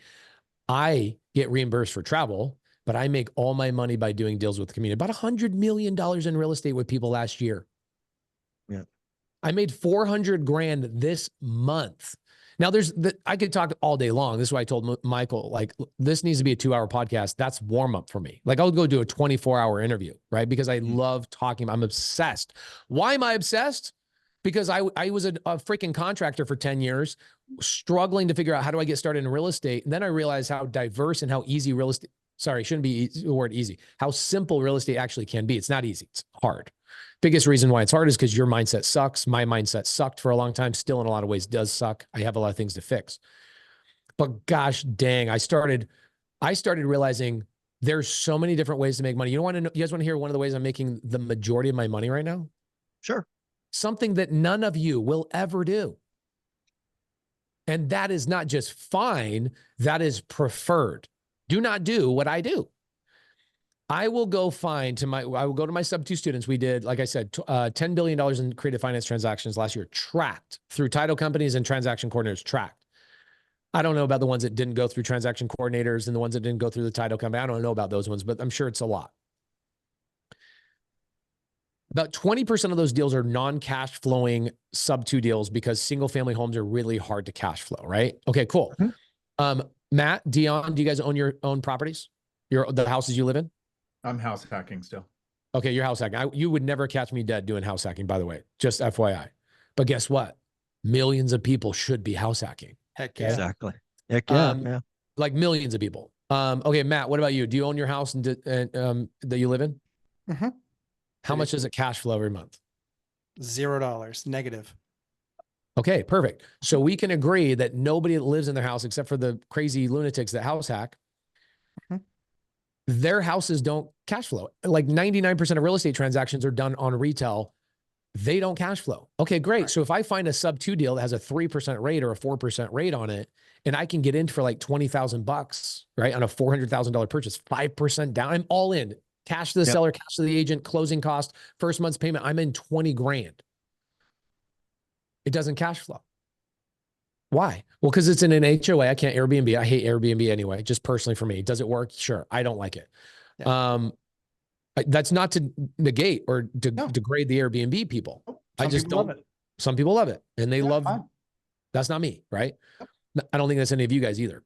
Nope. I think it really, anyway, so midterm rental won't work. Why? Because there's an HOA.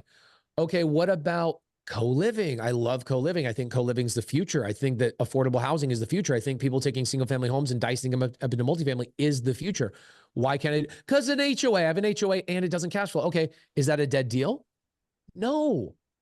I just go to loan officers and I get, hey, I used to be a loan officer. So I go, hey, loan officers, do you ever get mortgage turn downs? Like people have down payments, they have even maybe decent credit, but they just started their job like 4 months ago, or they changed jobs, or maybe blah, blah, blah, blah. Oh yeah, like 65% of our applications. Perfect. If you can refer people who just got turned down to me, I will pay your next month's marketing expenses for, SEO or whatever else. I will pay you your marketing fee, which is perfectly legal. I can't give them cash, but I can pay for their marketing. Right. Correct. Mm-hmm. So they give me people that are buyers, right? Do you know how many buyers I have on my list right now of non-qualified, big down payment, good credit, but they, for whatever reason, 130,000 buyers I have on my current list right now. So I just gobble up non-cash flowing deals. I get them under contract, and then I assign the sub-2 deal to a family that's going to live in the house because they don't care if the deal cash flows. Got it. And I make $15,000 to $20,000 on every single one of them. What I actually am doing, boys, is I'm actually wrapping them, which is a complicated strategy. So most people shouldn't be doing this. I get under contract sub-2. I actually close on it. I go get a private money lender, a gator, as I call them in my community. That private money lender gives me the 20 grand. I then I own the property sub-2. I then go to the family that's going to move in the house and I sell it to them on seller finance, known as a wrap, right? I take my terms and I wrap my own terms on top of it. I sell it to that family. I make $200-300 in net cash flow, but I got paid $15,000 up front for putting that deal together. This is why nobody should do this unless you're a gangster, black belt, ninja. If that family defaults on that loan, guess who's responsible for it? You. Not the seller, because No. I actually still hold the deed. I will be the backstop to protect that seller's underlying mortgage. So that person defaults, I take that property back. I go back and I do it again. I call it the after party strategy, because after I got paid, somebody might default. I take the property back. I do it again. That is not for everybody. It's a lot. It's a lot. And how do I find these deals? I find these deals because my community is so vibrant and does so many deals that all I do is take their crap deals that they don't want to find a wrap buyer for, and they don't want to put in their portfolio, and they want to just go, pay me $5,000. I found a deal that wouldn't cash flow, and I give them $5,000. I take 15 grand for myself. The end buyer pays all of that money, and I'm in the deal, no money. It's gangster. But there's a lot of liability on a wrap. And so I don't talk about this a lot on YouTube. So if you looked at my P&L this month, I made over $1 million. Okay. About $300,000 of that is net cash flow from my properties, right? I've got another $400,000 that I made from just doing those types of deals, active income, which technically you could argue is kind of a 9-to-5 job. Yeah, I would argue that. Yes. Then I've got another $400,000 of other types of income, like The Plant Guy, a company I own. I own a company called theperfectclean.com. I own startvirtual.com. I own a title company. I have lots of other things, but not $1 on my P&L for me, my income you'll ever see me make coaching income. Not $1. And so what people will do is they will funnel hack my shit because they think I know anything about a funnel. I never done set up a funnel. I never done looked at a funnel. I never done dissected a funnel. I know nothing about funnels other than they put oil in a car. I like that. I like that. Well, we've got about 20 minutes left. I want to make sure we close out this 20 minutes. This was the warm up, bro. Well, it's fine. I can keep going. I want to stay focused on the 99% because the 1% of the 1% are gangsters. That's not most people, clearly. I want to go. I'll go to Dion first here. What is the message to the 99% after listening to this for an hour and 45 minutes? What should that 99% take from this conversation so far, or what did you take? So there's a ton to learn from Pace. Period. Okay, but I'm going to be transparent and honest, and Pace is probably never going to want to talk to me again after this video. I doubt this entire time sitting here, I've been getting sicker and sicker to my stomach that there are people on the planet like Pace. So yes, people shouldn't do what he's doing. That motivation and that drive. So earlier you referenced Cardone would say, I need to grow up and think bigger. I don't think Cardone. I think he said you need to grow up and be a man. Is actually what I think he said. But Pace, I don't think any of you in that realm are thinking big enough. Period. Like mic drop, you're just not thinking big enough, because what matters to the person listening, if they want to grow that next community, they need to learn everything from you. If they want to have a big portfolio with all these deal flows and responsibilities like sellers and projects and those funnels that you don't want to know about, they should listen to you. But to someone, and there's someone out there, maybe two people, where time freedom matters more than anything. And I want as close to 24 hours a day, every day when I wake up, that I can do whatever feels like popping into my head. If I had sellers, I'd have a job. I've done one burr after I retired. I'm never doing one again. It was the dumbest thing I've done since like 6 marriages. So I'm not doing that. I don't want deal flow. I don't want one a quarter. I want one every 2 years. And I'm only going to do that going forward because the money piles up and it's got to go somewhere. So I'm also, knowing your audience, I'm an admin for Bigger Pockets. I'm in the chats going, okay, that's okay. That's not okay. That's okay. So I wasn't there long enough to see the one you're talking about. But I'm in the Facebook groups. I'm a teaching assistant for their boot camps. And here's the problem that almost all content creators run through. And this is why you're seeing names change in the bigger seats. Is you take someone like Brandon Turner, and he starts out Aberdeen, Washington, podunk, middle of nowhere. I buy a property to hack my daughter's education. I'm going to refinance it. She's 18. It'll be paid off. He gets 24 units, moves to Hawaii, and house hacks a triplex. The Millions of people said, how do I become Brandon? And then he goes, mobile home parks, syndications, my name, my brand, my books. And everybody's like, I don't want to be that guy. There's no way in the world I would be Pace.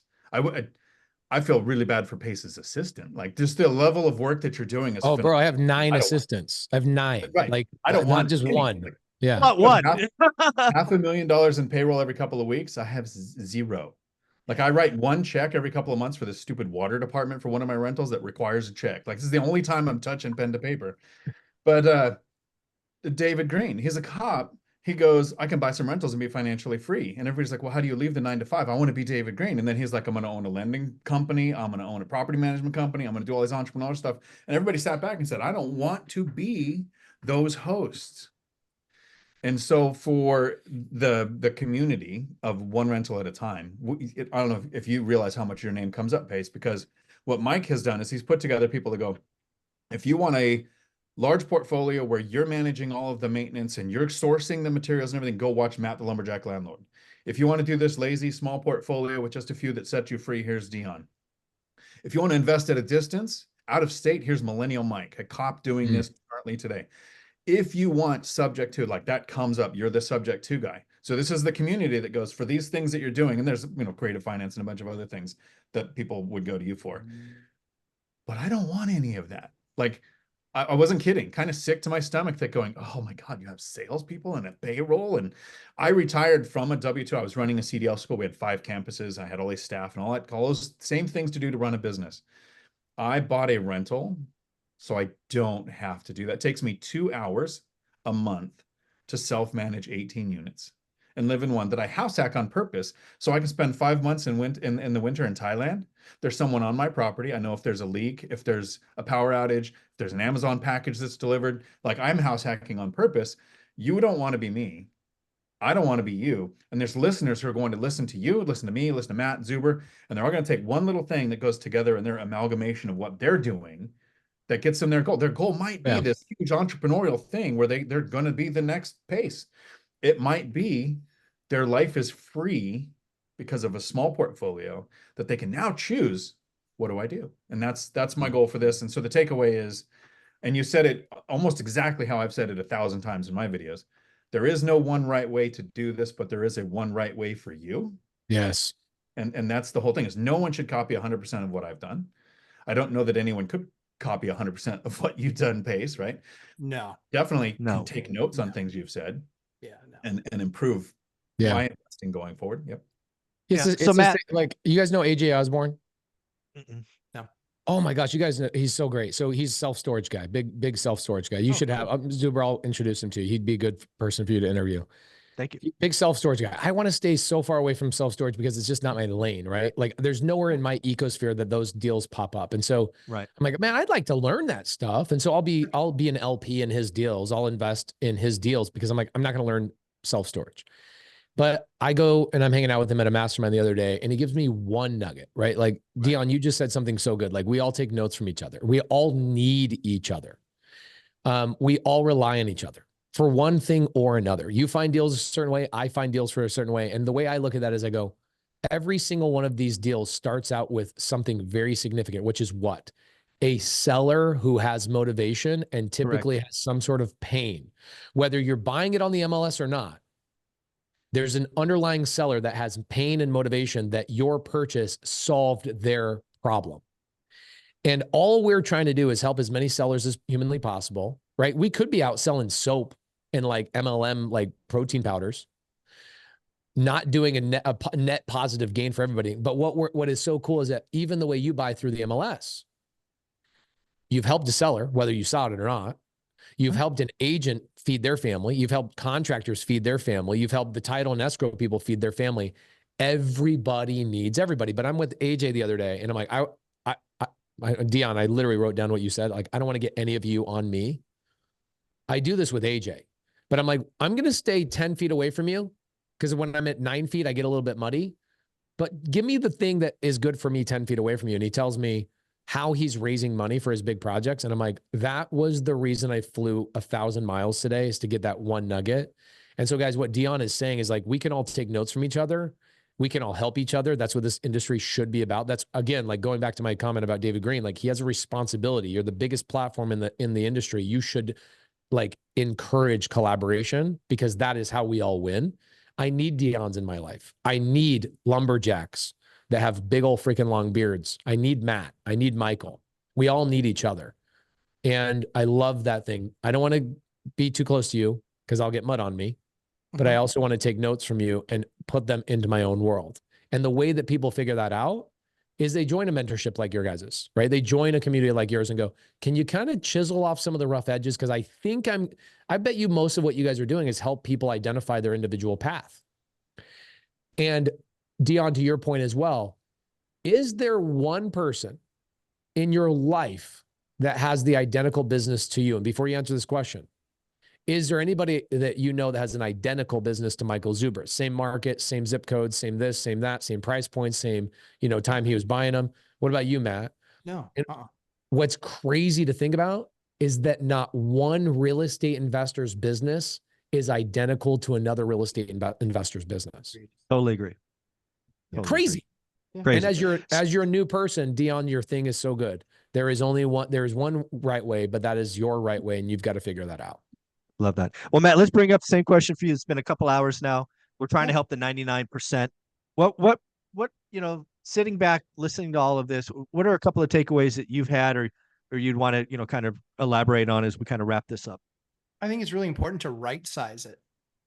Right sizing is the way to go. Deon right sizes, Coach Carson right sizes, you right size, we all right size. And that's the thing that, is secure and time-tested investors learn and understand, is that we right-sized it. We have a portfolio that's as big as we want it to be. It's as big as we want it to be. Pace could be 3,000 units in a year if he wants to be.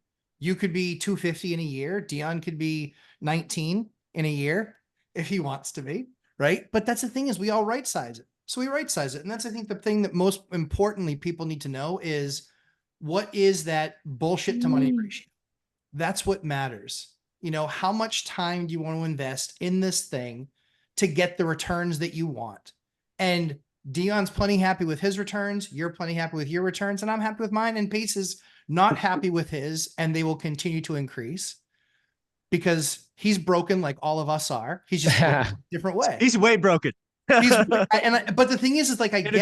In a good way. Yeah. I mean, when I walked away from my job in February, I said nothing for a year. I'm just taking a year and just figuring out what I enjoy outside of my job that's different than what I enjoyed when I had my job.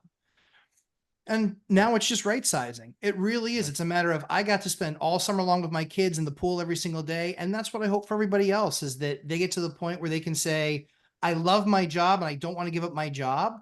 And I also have the money to do whatever it is I want to do. Put kids in the schools I want them to go to, put them in the college they want to go to, take trips, go to Montana for 3 months and still be connected, but I think right sizing is the most important thing for anybody, and it's not just the size of portfolio. It's what is the effort needed and the time investment needed that's going to get you what you need in return. That's it. Yeah, I just wrote that down. The BS to work ratio. That's such a good thing. And Deon, you brought this up too. You made the argument of like, I would make the argument that you guys aren't thinking big enough, right? In terms of like, essentially what Grant Cardone and maybe a Pace Morby, from an outside perspective, they're doing is they're running an endless race that there is no finish line. Right. Exactly. I would agree. If you play golf, okay, you get, how many holes are in golf? 18, right? But 18, everybody's favorite hole is the 19th hole. What is that? That's when you finish the task of playing golf and you're having a hamburger and a drink with your buddies, and you're enjoying the club and the view, and you're relaxing and you're living your life. And right. So I think it's funny to make that. I think it's a great argument. And I think it's just funny to think about. People go play 18 holes of golf so they can actually sit down with their friends at the end and enjoy their time. Yeah. The people like the Pace Morby and the Grant Cardone and maybe the Ken McElroy, what we seem to be doing is, well, I want more, so I'm just going to keep playing more holes of golf. Meanwhile, guys like you are at the 19th hole enjoying their hamburger, and we're out there just grinding out in the dark. And it is true. Who's truly happier? Probably the Well, person hanging out the 19th hole, bro. Well, so that's actually what I was going to wrap up with. I loved how we opened with know thyself, but the other one you just brought up, Ace, and I think this is important, certainly important to me, right? Because you brought this up earlier when you go speaking at events and a couple of thousand units. When I did that, it was a couple hundred units. Everybody applauds and is happy for you, but when you go watch people after, they always say, "I can't do that." Right? It's too big. Right? Their minds won't let them. Like that's good for them, but we can't do that. And quite frankly, Pace, I've always felt like a failure when I hear somebody say, I can't do what you did. I am not special. There is not some unique gift I have, right? Maybe my superpower of focus and discipline is maybe more than most, but there is nothing I've done over 25 years that's hard. Everybody can do what I did. So that's why I talk about 4. And this is why your live stream got me, because you talked about 5. I want everybody to think it's possible. And I have asked literally tens of thousands of people over whatever it is, 20 years, can you get to 4? Everybody says yes. Yeah. That's powerful. When you got people like Pace Morby and now Brandon Turner, which, oh, by the way, somebody I can't stand, talking about 2, this is good. We have to build a middle class. The way you build the middle class is with owning assets. Owning assets with 30-year fixed rate debt is magical. House hacking, magical. Getting on the property ladder with a 203K loan like me, Kevin, magical. We've got to get people started. And if we confuse them with all of these big things and social media and the never-ending golf game, it doesn't feel like success to me. That's why I have said repeatedly, we got to where we were in 2018 and I chose to sit down. I'm on a mountain. There's lots of people above me. There's lots of people below me, but I am enjoying the vista and I'm trying to pull people up. I reserve the right to change my opinion. Absolutely. I may get competitive. I may go, you know what? I need to double it this year. I reserve that right. But at this point, my mission is not another $5,000 a month cash flow. It doesn't move the needle. It is uninteresting to me. I could already do everything I want anytime I want. And I live it. I show people on my YouTube channel. We just did a crazy ass vacation in Iceland and Greenland. We did a month in Asia. We did this stupid ass river cruise down, the Rhine or whatever the hell it was. It is important for people to realize what is enough. And the thing that drives me crazy about social media is it is the never ending race. Like that's okay. I think it's okay for the 1% of the 1% are lunatics, and it's amazing. And the Alex Hermosis and the Cody Sanchez's and the Pace Morby, awesome. For most of us, most of my people, we look at that going, that's a lot of work. That's crazy. I want people to get to 4. I want to strengthen the middle class. I want people to have time freedom. So that's what I think about every day. That's to Grant Cardone, because he would look at me and go, you're not big enough. I'm like, dude, we're playing a different game. To be honest with you, I think privately he would not say that. Yeah, maybe. And maybe privately he'd say here's what he'd say. He'd say privately, he'd be like, you did it. Yeah, you freaking did it. I think contentment is something that's massively missing in society. When you're content, you're happy. And I think people aren't content with the results that they've had in life. And I think that one of the things that I lean more towards Pace on this stuff is success is the journey. It's not the destination. And when you're on the 19th hole, that's a destination. You got there. But I get where Pace is at. For years, that's exactly how I was built. And then I just kind of got up and looked around, and then I had some friends shame me. And it just was like, it's these two, if you're wondering, Pace. They're just like, when are you going to retire? And it's like, I love my job until I didn't love my job anymore. And then I said, now I'm ready to walk away. And for me, I wanted to take this year, look at it, and next year I might make the decision that, you know what, we're going to go to 500 units or 1,000. I don't think that's the way I'm going to lean, because I think that honestly, I got to that point in life where I said, where success is a journey, not a destination. I enjoy the journey that I'm on with my kids. my young kids and being able to participate in all that stuff, because what Pace does is super hard work, man. It is super hard work, and it's a lot of work. And Pace, I don't mean to offend you. It's a lot of work for our wives. It's a lot of work for our wives. Bro, I don't get offended at all. I think that the message that we've conveyed, and you are right. I had to marry a different wife that could handle me. Like I'm fully aware of that, right? I'm aware of that. Not many women, and I get a lot of women that will DM my wife because she's got a little bit of her own brand, and they'll go, "How do you deal with that man?" Yeah. Those women, they could never deal with me, and I could never deal with them, right? There's a right fit for everybody, going back to Dion's point. And I think I could throw a loop, right? As we wrap up, here's the loop. How many units do you think I will own in 15 years? 0. You are correct. Yeah, it's going to be 0. It will be 0. Sell or finance them all. I will either sell or finance them all, or I will cash out refinance at some point. I'll 1031. I might even roll into like a bunch of triple net leases. But at the end of the day, I'm like, I'll tell you where I put my excess capital. I give my money to a company called Lone Ranger. I don't get paid for them at all. They don't accept money, but I give my money to Lone Ranger. Lone Ranger's been around for 50 years. They pay me 12% of my money. They go out and they lend it out at 14% plus 2 points. And I give them $1 million. I get $12,000 I get $10,000 every single month from that company. Okay. So I go, all right, I know what I want. I don't want to own real estate. I'm buying real estate so I never have to own real estate. Exactly. That's the craziest thing for most people. Like when you're new, and on that Instagram live, what I was actually telling people, I go, the game is not even real estate. Nobody in their right mother freaking mind wants to own real estate. Even Dion, who only spends 2 hours a month, he's like, once my equity gets high enough, I think I'm going to cash out and I'm going to go put this into something passive and go, I have 0 tenants. I have 0 this. I have 0 checks I got to write on a monthly basis. And you're completely checked out, right? So for me, I've got the same mission as all of you guys on this screen. The way I'm going about it is a little bit different. You guys might be hiking up the trail. I might be motocrossing up the other side of the mountain, but we're going to the same goal, which is I never want to have to think about money ever again. And my numbers just maybe bigger, and my BS quotient.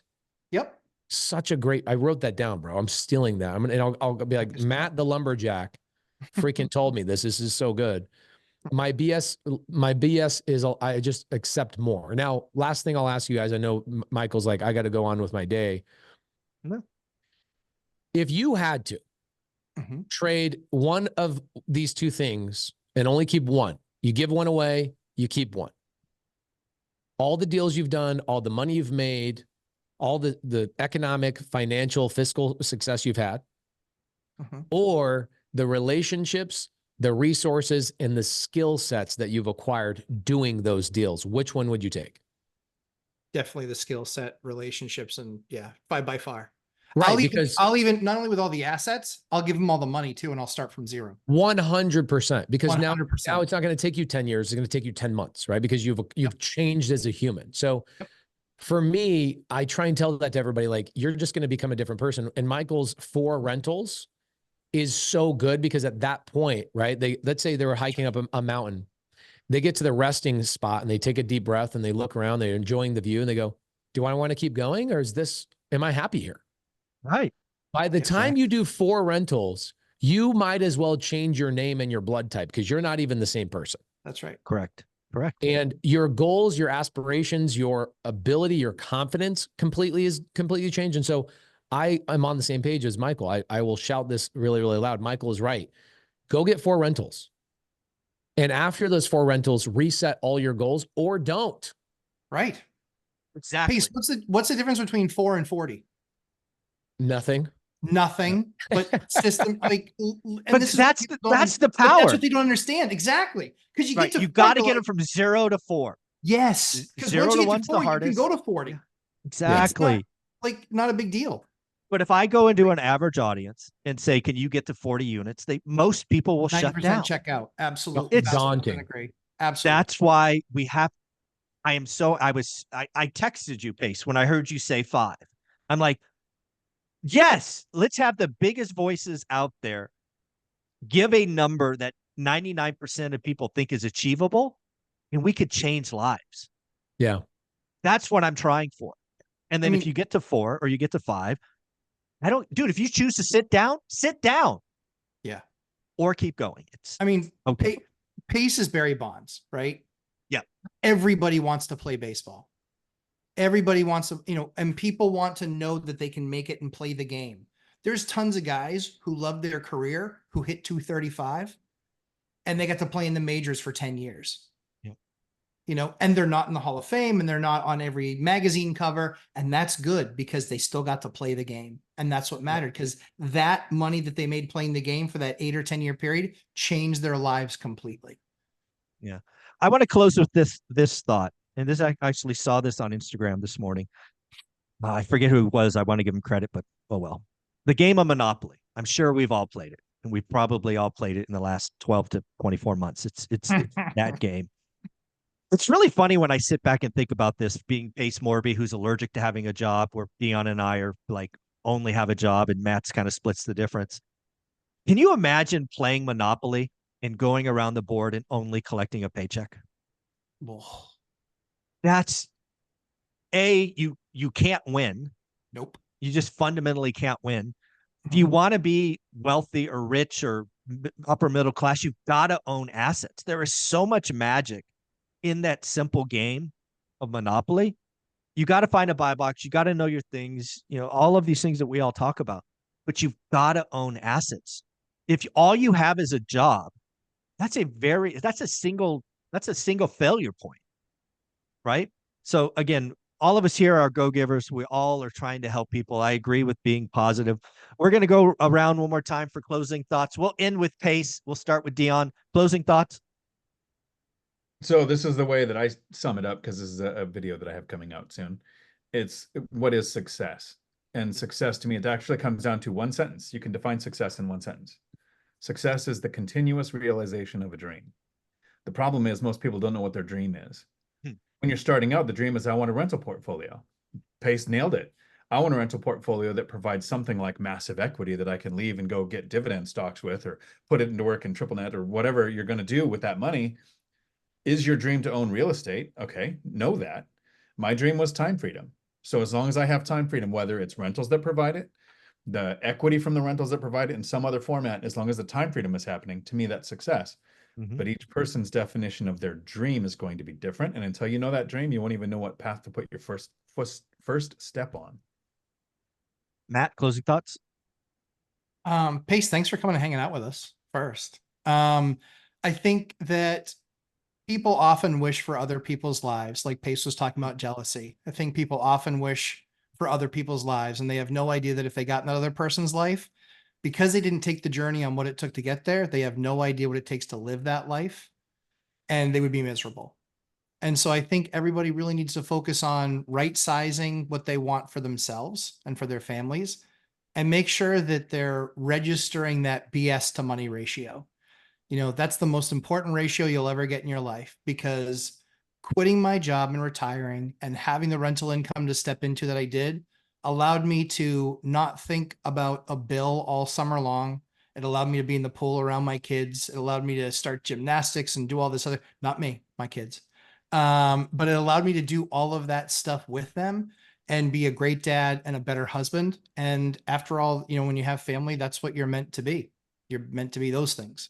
So, so long as it doesn't take away from those things unnecessarily, I think that that's what's important. And so I, appreciate Pace being here. And, as a dad of 4, for the younger parents and dads and moms that are trying to start out on their journey, it does take just 4. You can get to 40 or 400 or 4,000 after that if you'd like, but make sure that you're putting yourself in a position where you can actually retire and afford some of the things that your kids need, but at the same time too, recognizing that your job might not afford you that. And so it's incumbent upon you to actually take that step in that journey and right-size life for yourself. Mr. Pace Morby, thanks again for being here. You have built the most amazing real estate community in the world, no doubt. You are the largest go-giver that I know in the industry, that I know personally. What are your closing thoughts, and bring us home? Dion and Matt, great to meet you guys. One of the main reasons I wanted to come on here was actually to get some new friends and have new people. I've listened to some of your stuff that you've done with Michael. I went back and listened to a bunch so I could get to know you and your outlooks. And I'm like, yeah, I agree with literally everything these guys say, right?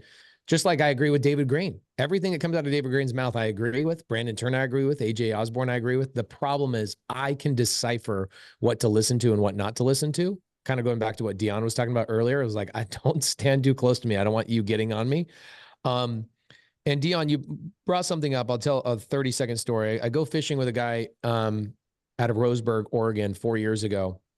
He owns a company called carrot.com that a lot of real estate investors use to, we know carrot.com.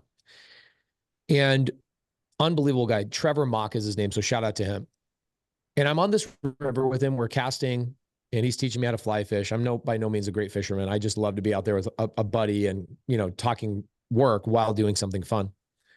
And I said, man, do you ever think that you live a life like this? Like you live on the river that everybody in the world flies to. Like you live on a world-class river that everybody else would die to live on. You ever think that this was possible for you? He goes, I think this was possible. I wrote it down. I have this book I wrote to myself called The Perfect Day. I go, huh? What do you mean? He says, I literally wrote down what time I wake up. When I wake up, what's the first smell I smell? What's the first thing I see? What's the first words that come out of my mouth? Who am I saying it to? What am I wearing? Color of my sheets. Literally, this guy painted a movie of his life and he wrote like 200 pages thick. It took him to detail out what a perfect day looked like for him. And Dion, this is what you're talking about with people not knowing what their success level is, right? And so they look at somebody else like me and they go, oh, I guess that's what I'm supposed to do. But they never took the time to write down their perfect day. And so after we finish fishing, I go, you're so full of crap, Trevor. We go back to his house. He shows me like a series of books. I go, I thought you wrote one book. He goes, no, I wrote one book and then I accomplished it. And then I saw what was possible and I rewrote the book and I saw what was possible and I rewrote the book. And I go, are you serious? That's amazing. He goes, what do you think? Dreams are tattoos? Mm-hmm. I go, oh my gosh, it's such a powerful statement because so many people, Dion, are afraid to go and say, this is my goal. This is what I'm doing. Because they go, well, what if I change my mind? And what if this is not the perfect path for me? And what if this, and what if this, what if this, what if it's not the perfect tattoo? If I put a tattoo on me, I can't get rid of that sucker without pain and agony. So, I'd rather just not get the tattoo. Dreams are not tattoos, my friends. Write them down. And as you change, your dreams will change as well. Those 4 rentals that Michael Zuber is constantly talking about. Once you get to those 4 rentals, you will not even be remotely the same person. You'll be able to take that perfect day that you dreamed of and go, is this still my perfect day? Knowing I'm a different person with different viewpoints and different friends and relationships, or do I need to recraft this perfect day for myself? And that perfect day, once you accomplish it, that is success. Going back to what Mike is talking about, that is success. It's not continually playing the golf game over and over and over. It actually is hanging out with your homies on the 19th hole and having a hamburger. So this was a lot of fun, guys. I'm sorry I talked the most because I'm a newcomer to your show. And so I word vomited a lot, but I appreciate what you guys are doing in the industry and you inspire me. And I took down literally a whole page of notes from things you guys said. Whoever is out there in the audience, hire these guys as mentors, get these guys as community, do work with people inside that community, collaborate with their people because they're obviously leading this industry in a positive, collaborative way. So thank you guys so much for having me. I appreciate it. Thanks for all you do. Thanks for reaching out. You are the inspiration for this session. So shout out to you for this. Matt, Dion, thank you for being a part of the Three Amigos. Guys, take care, everyone. Have fun. Like, subscribe, comment. Go follow all these folks. Later.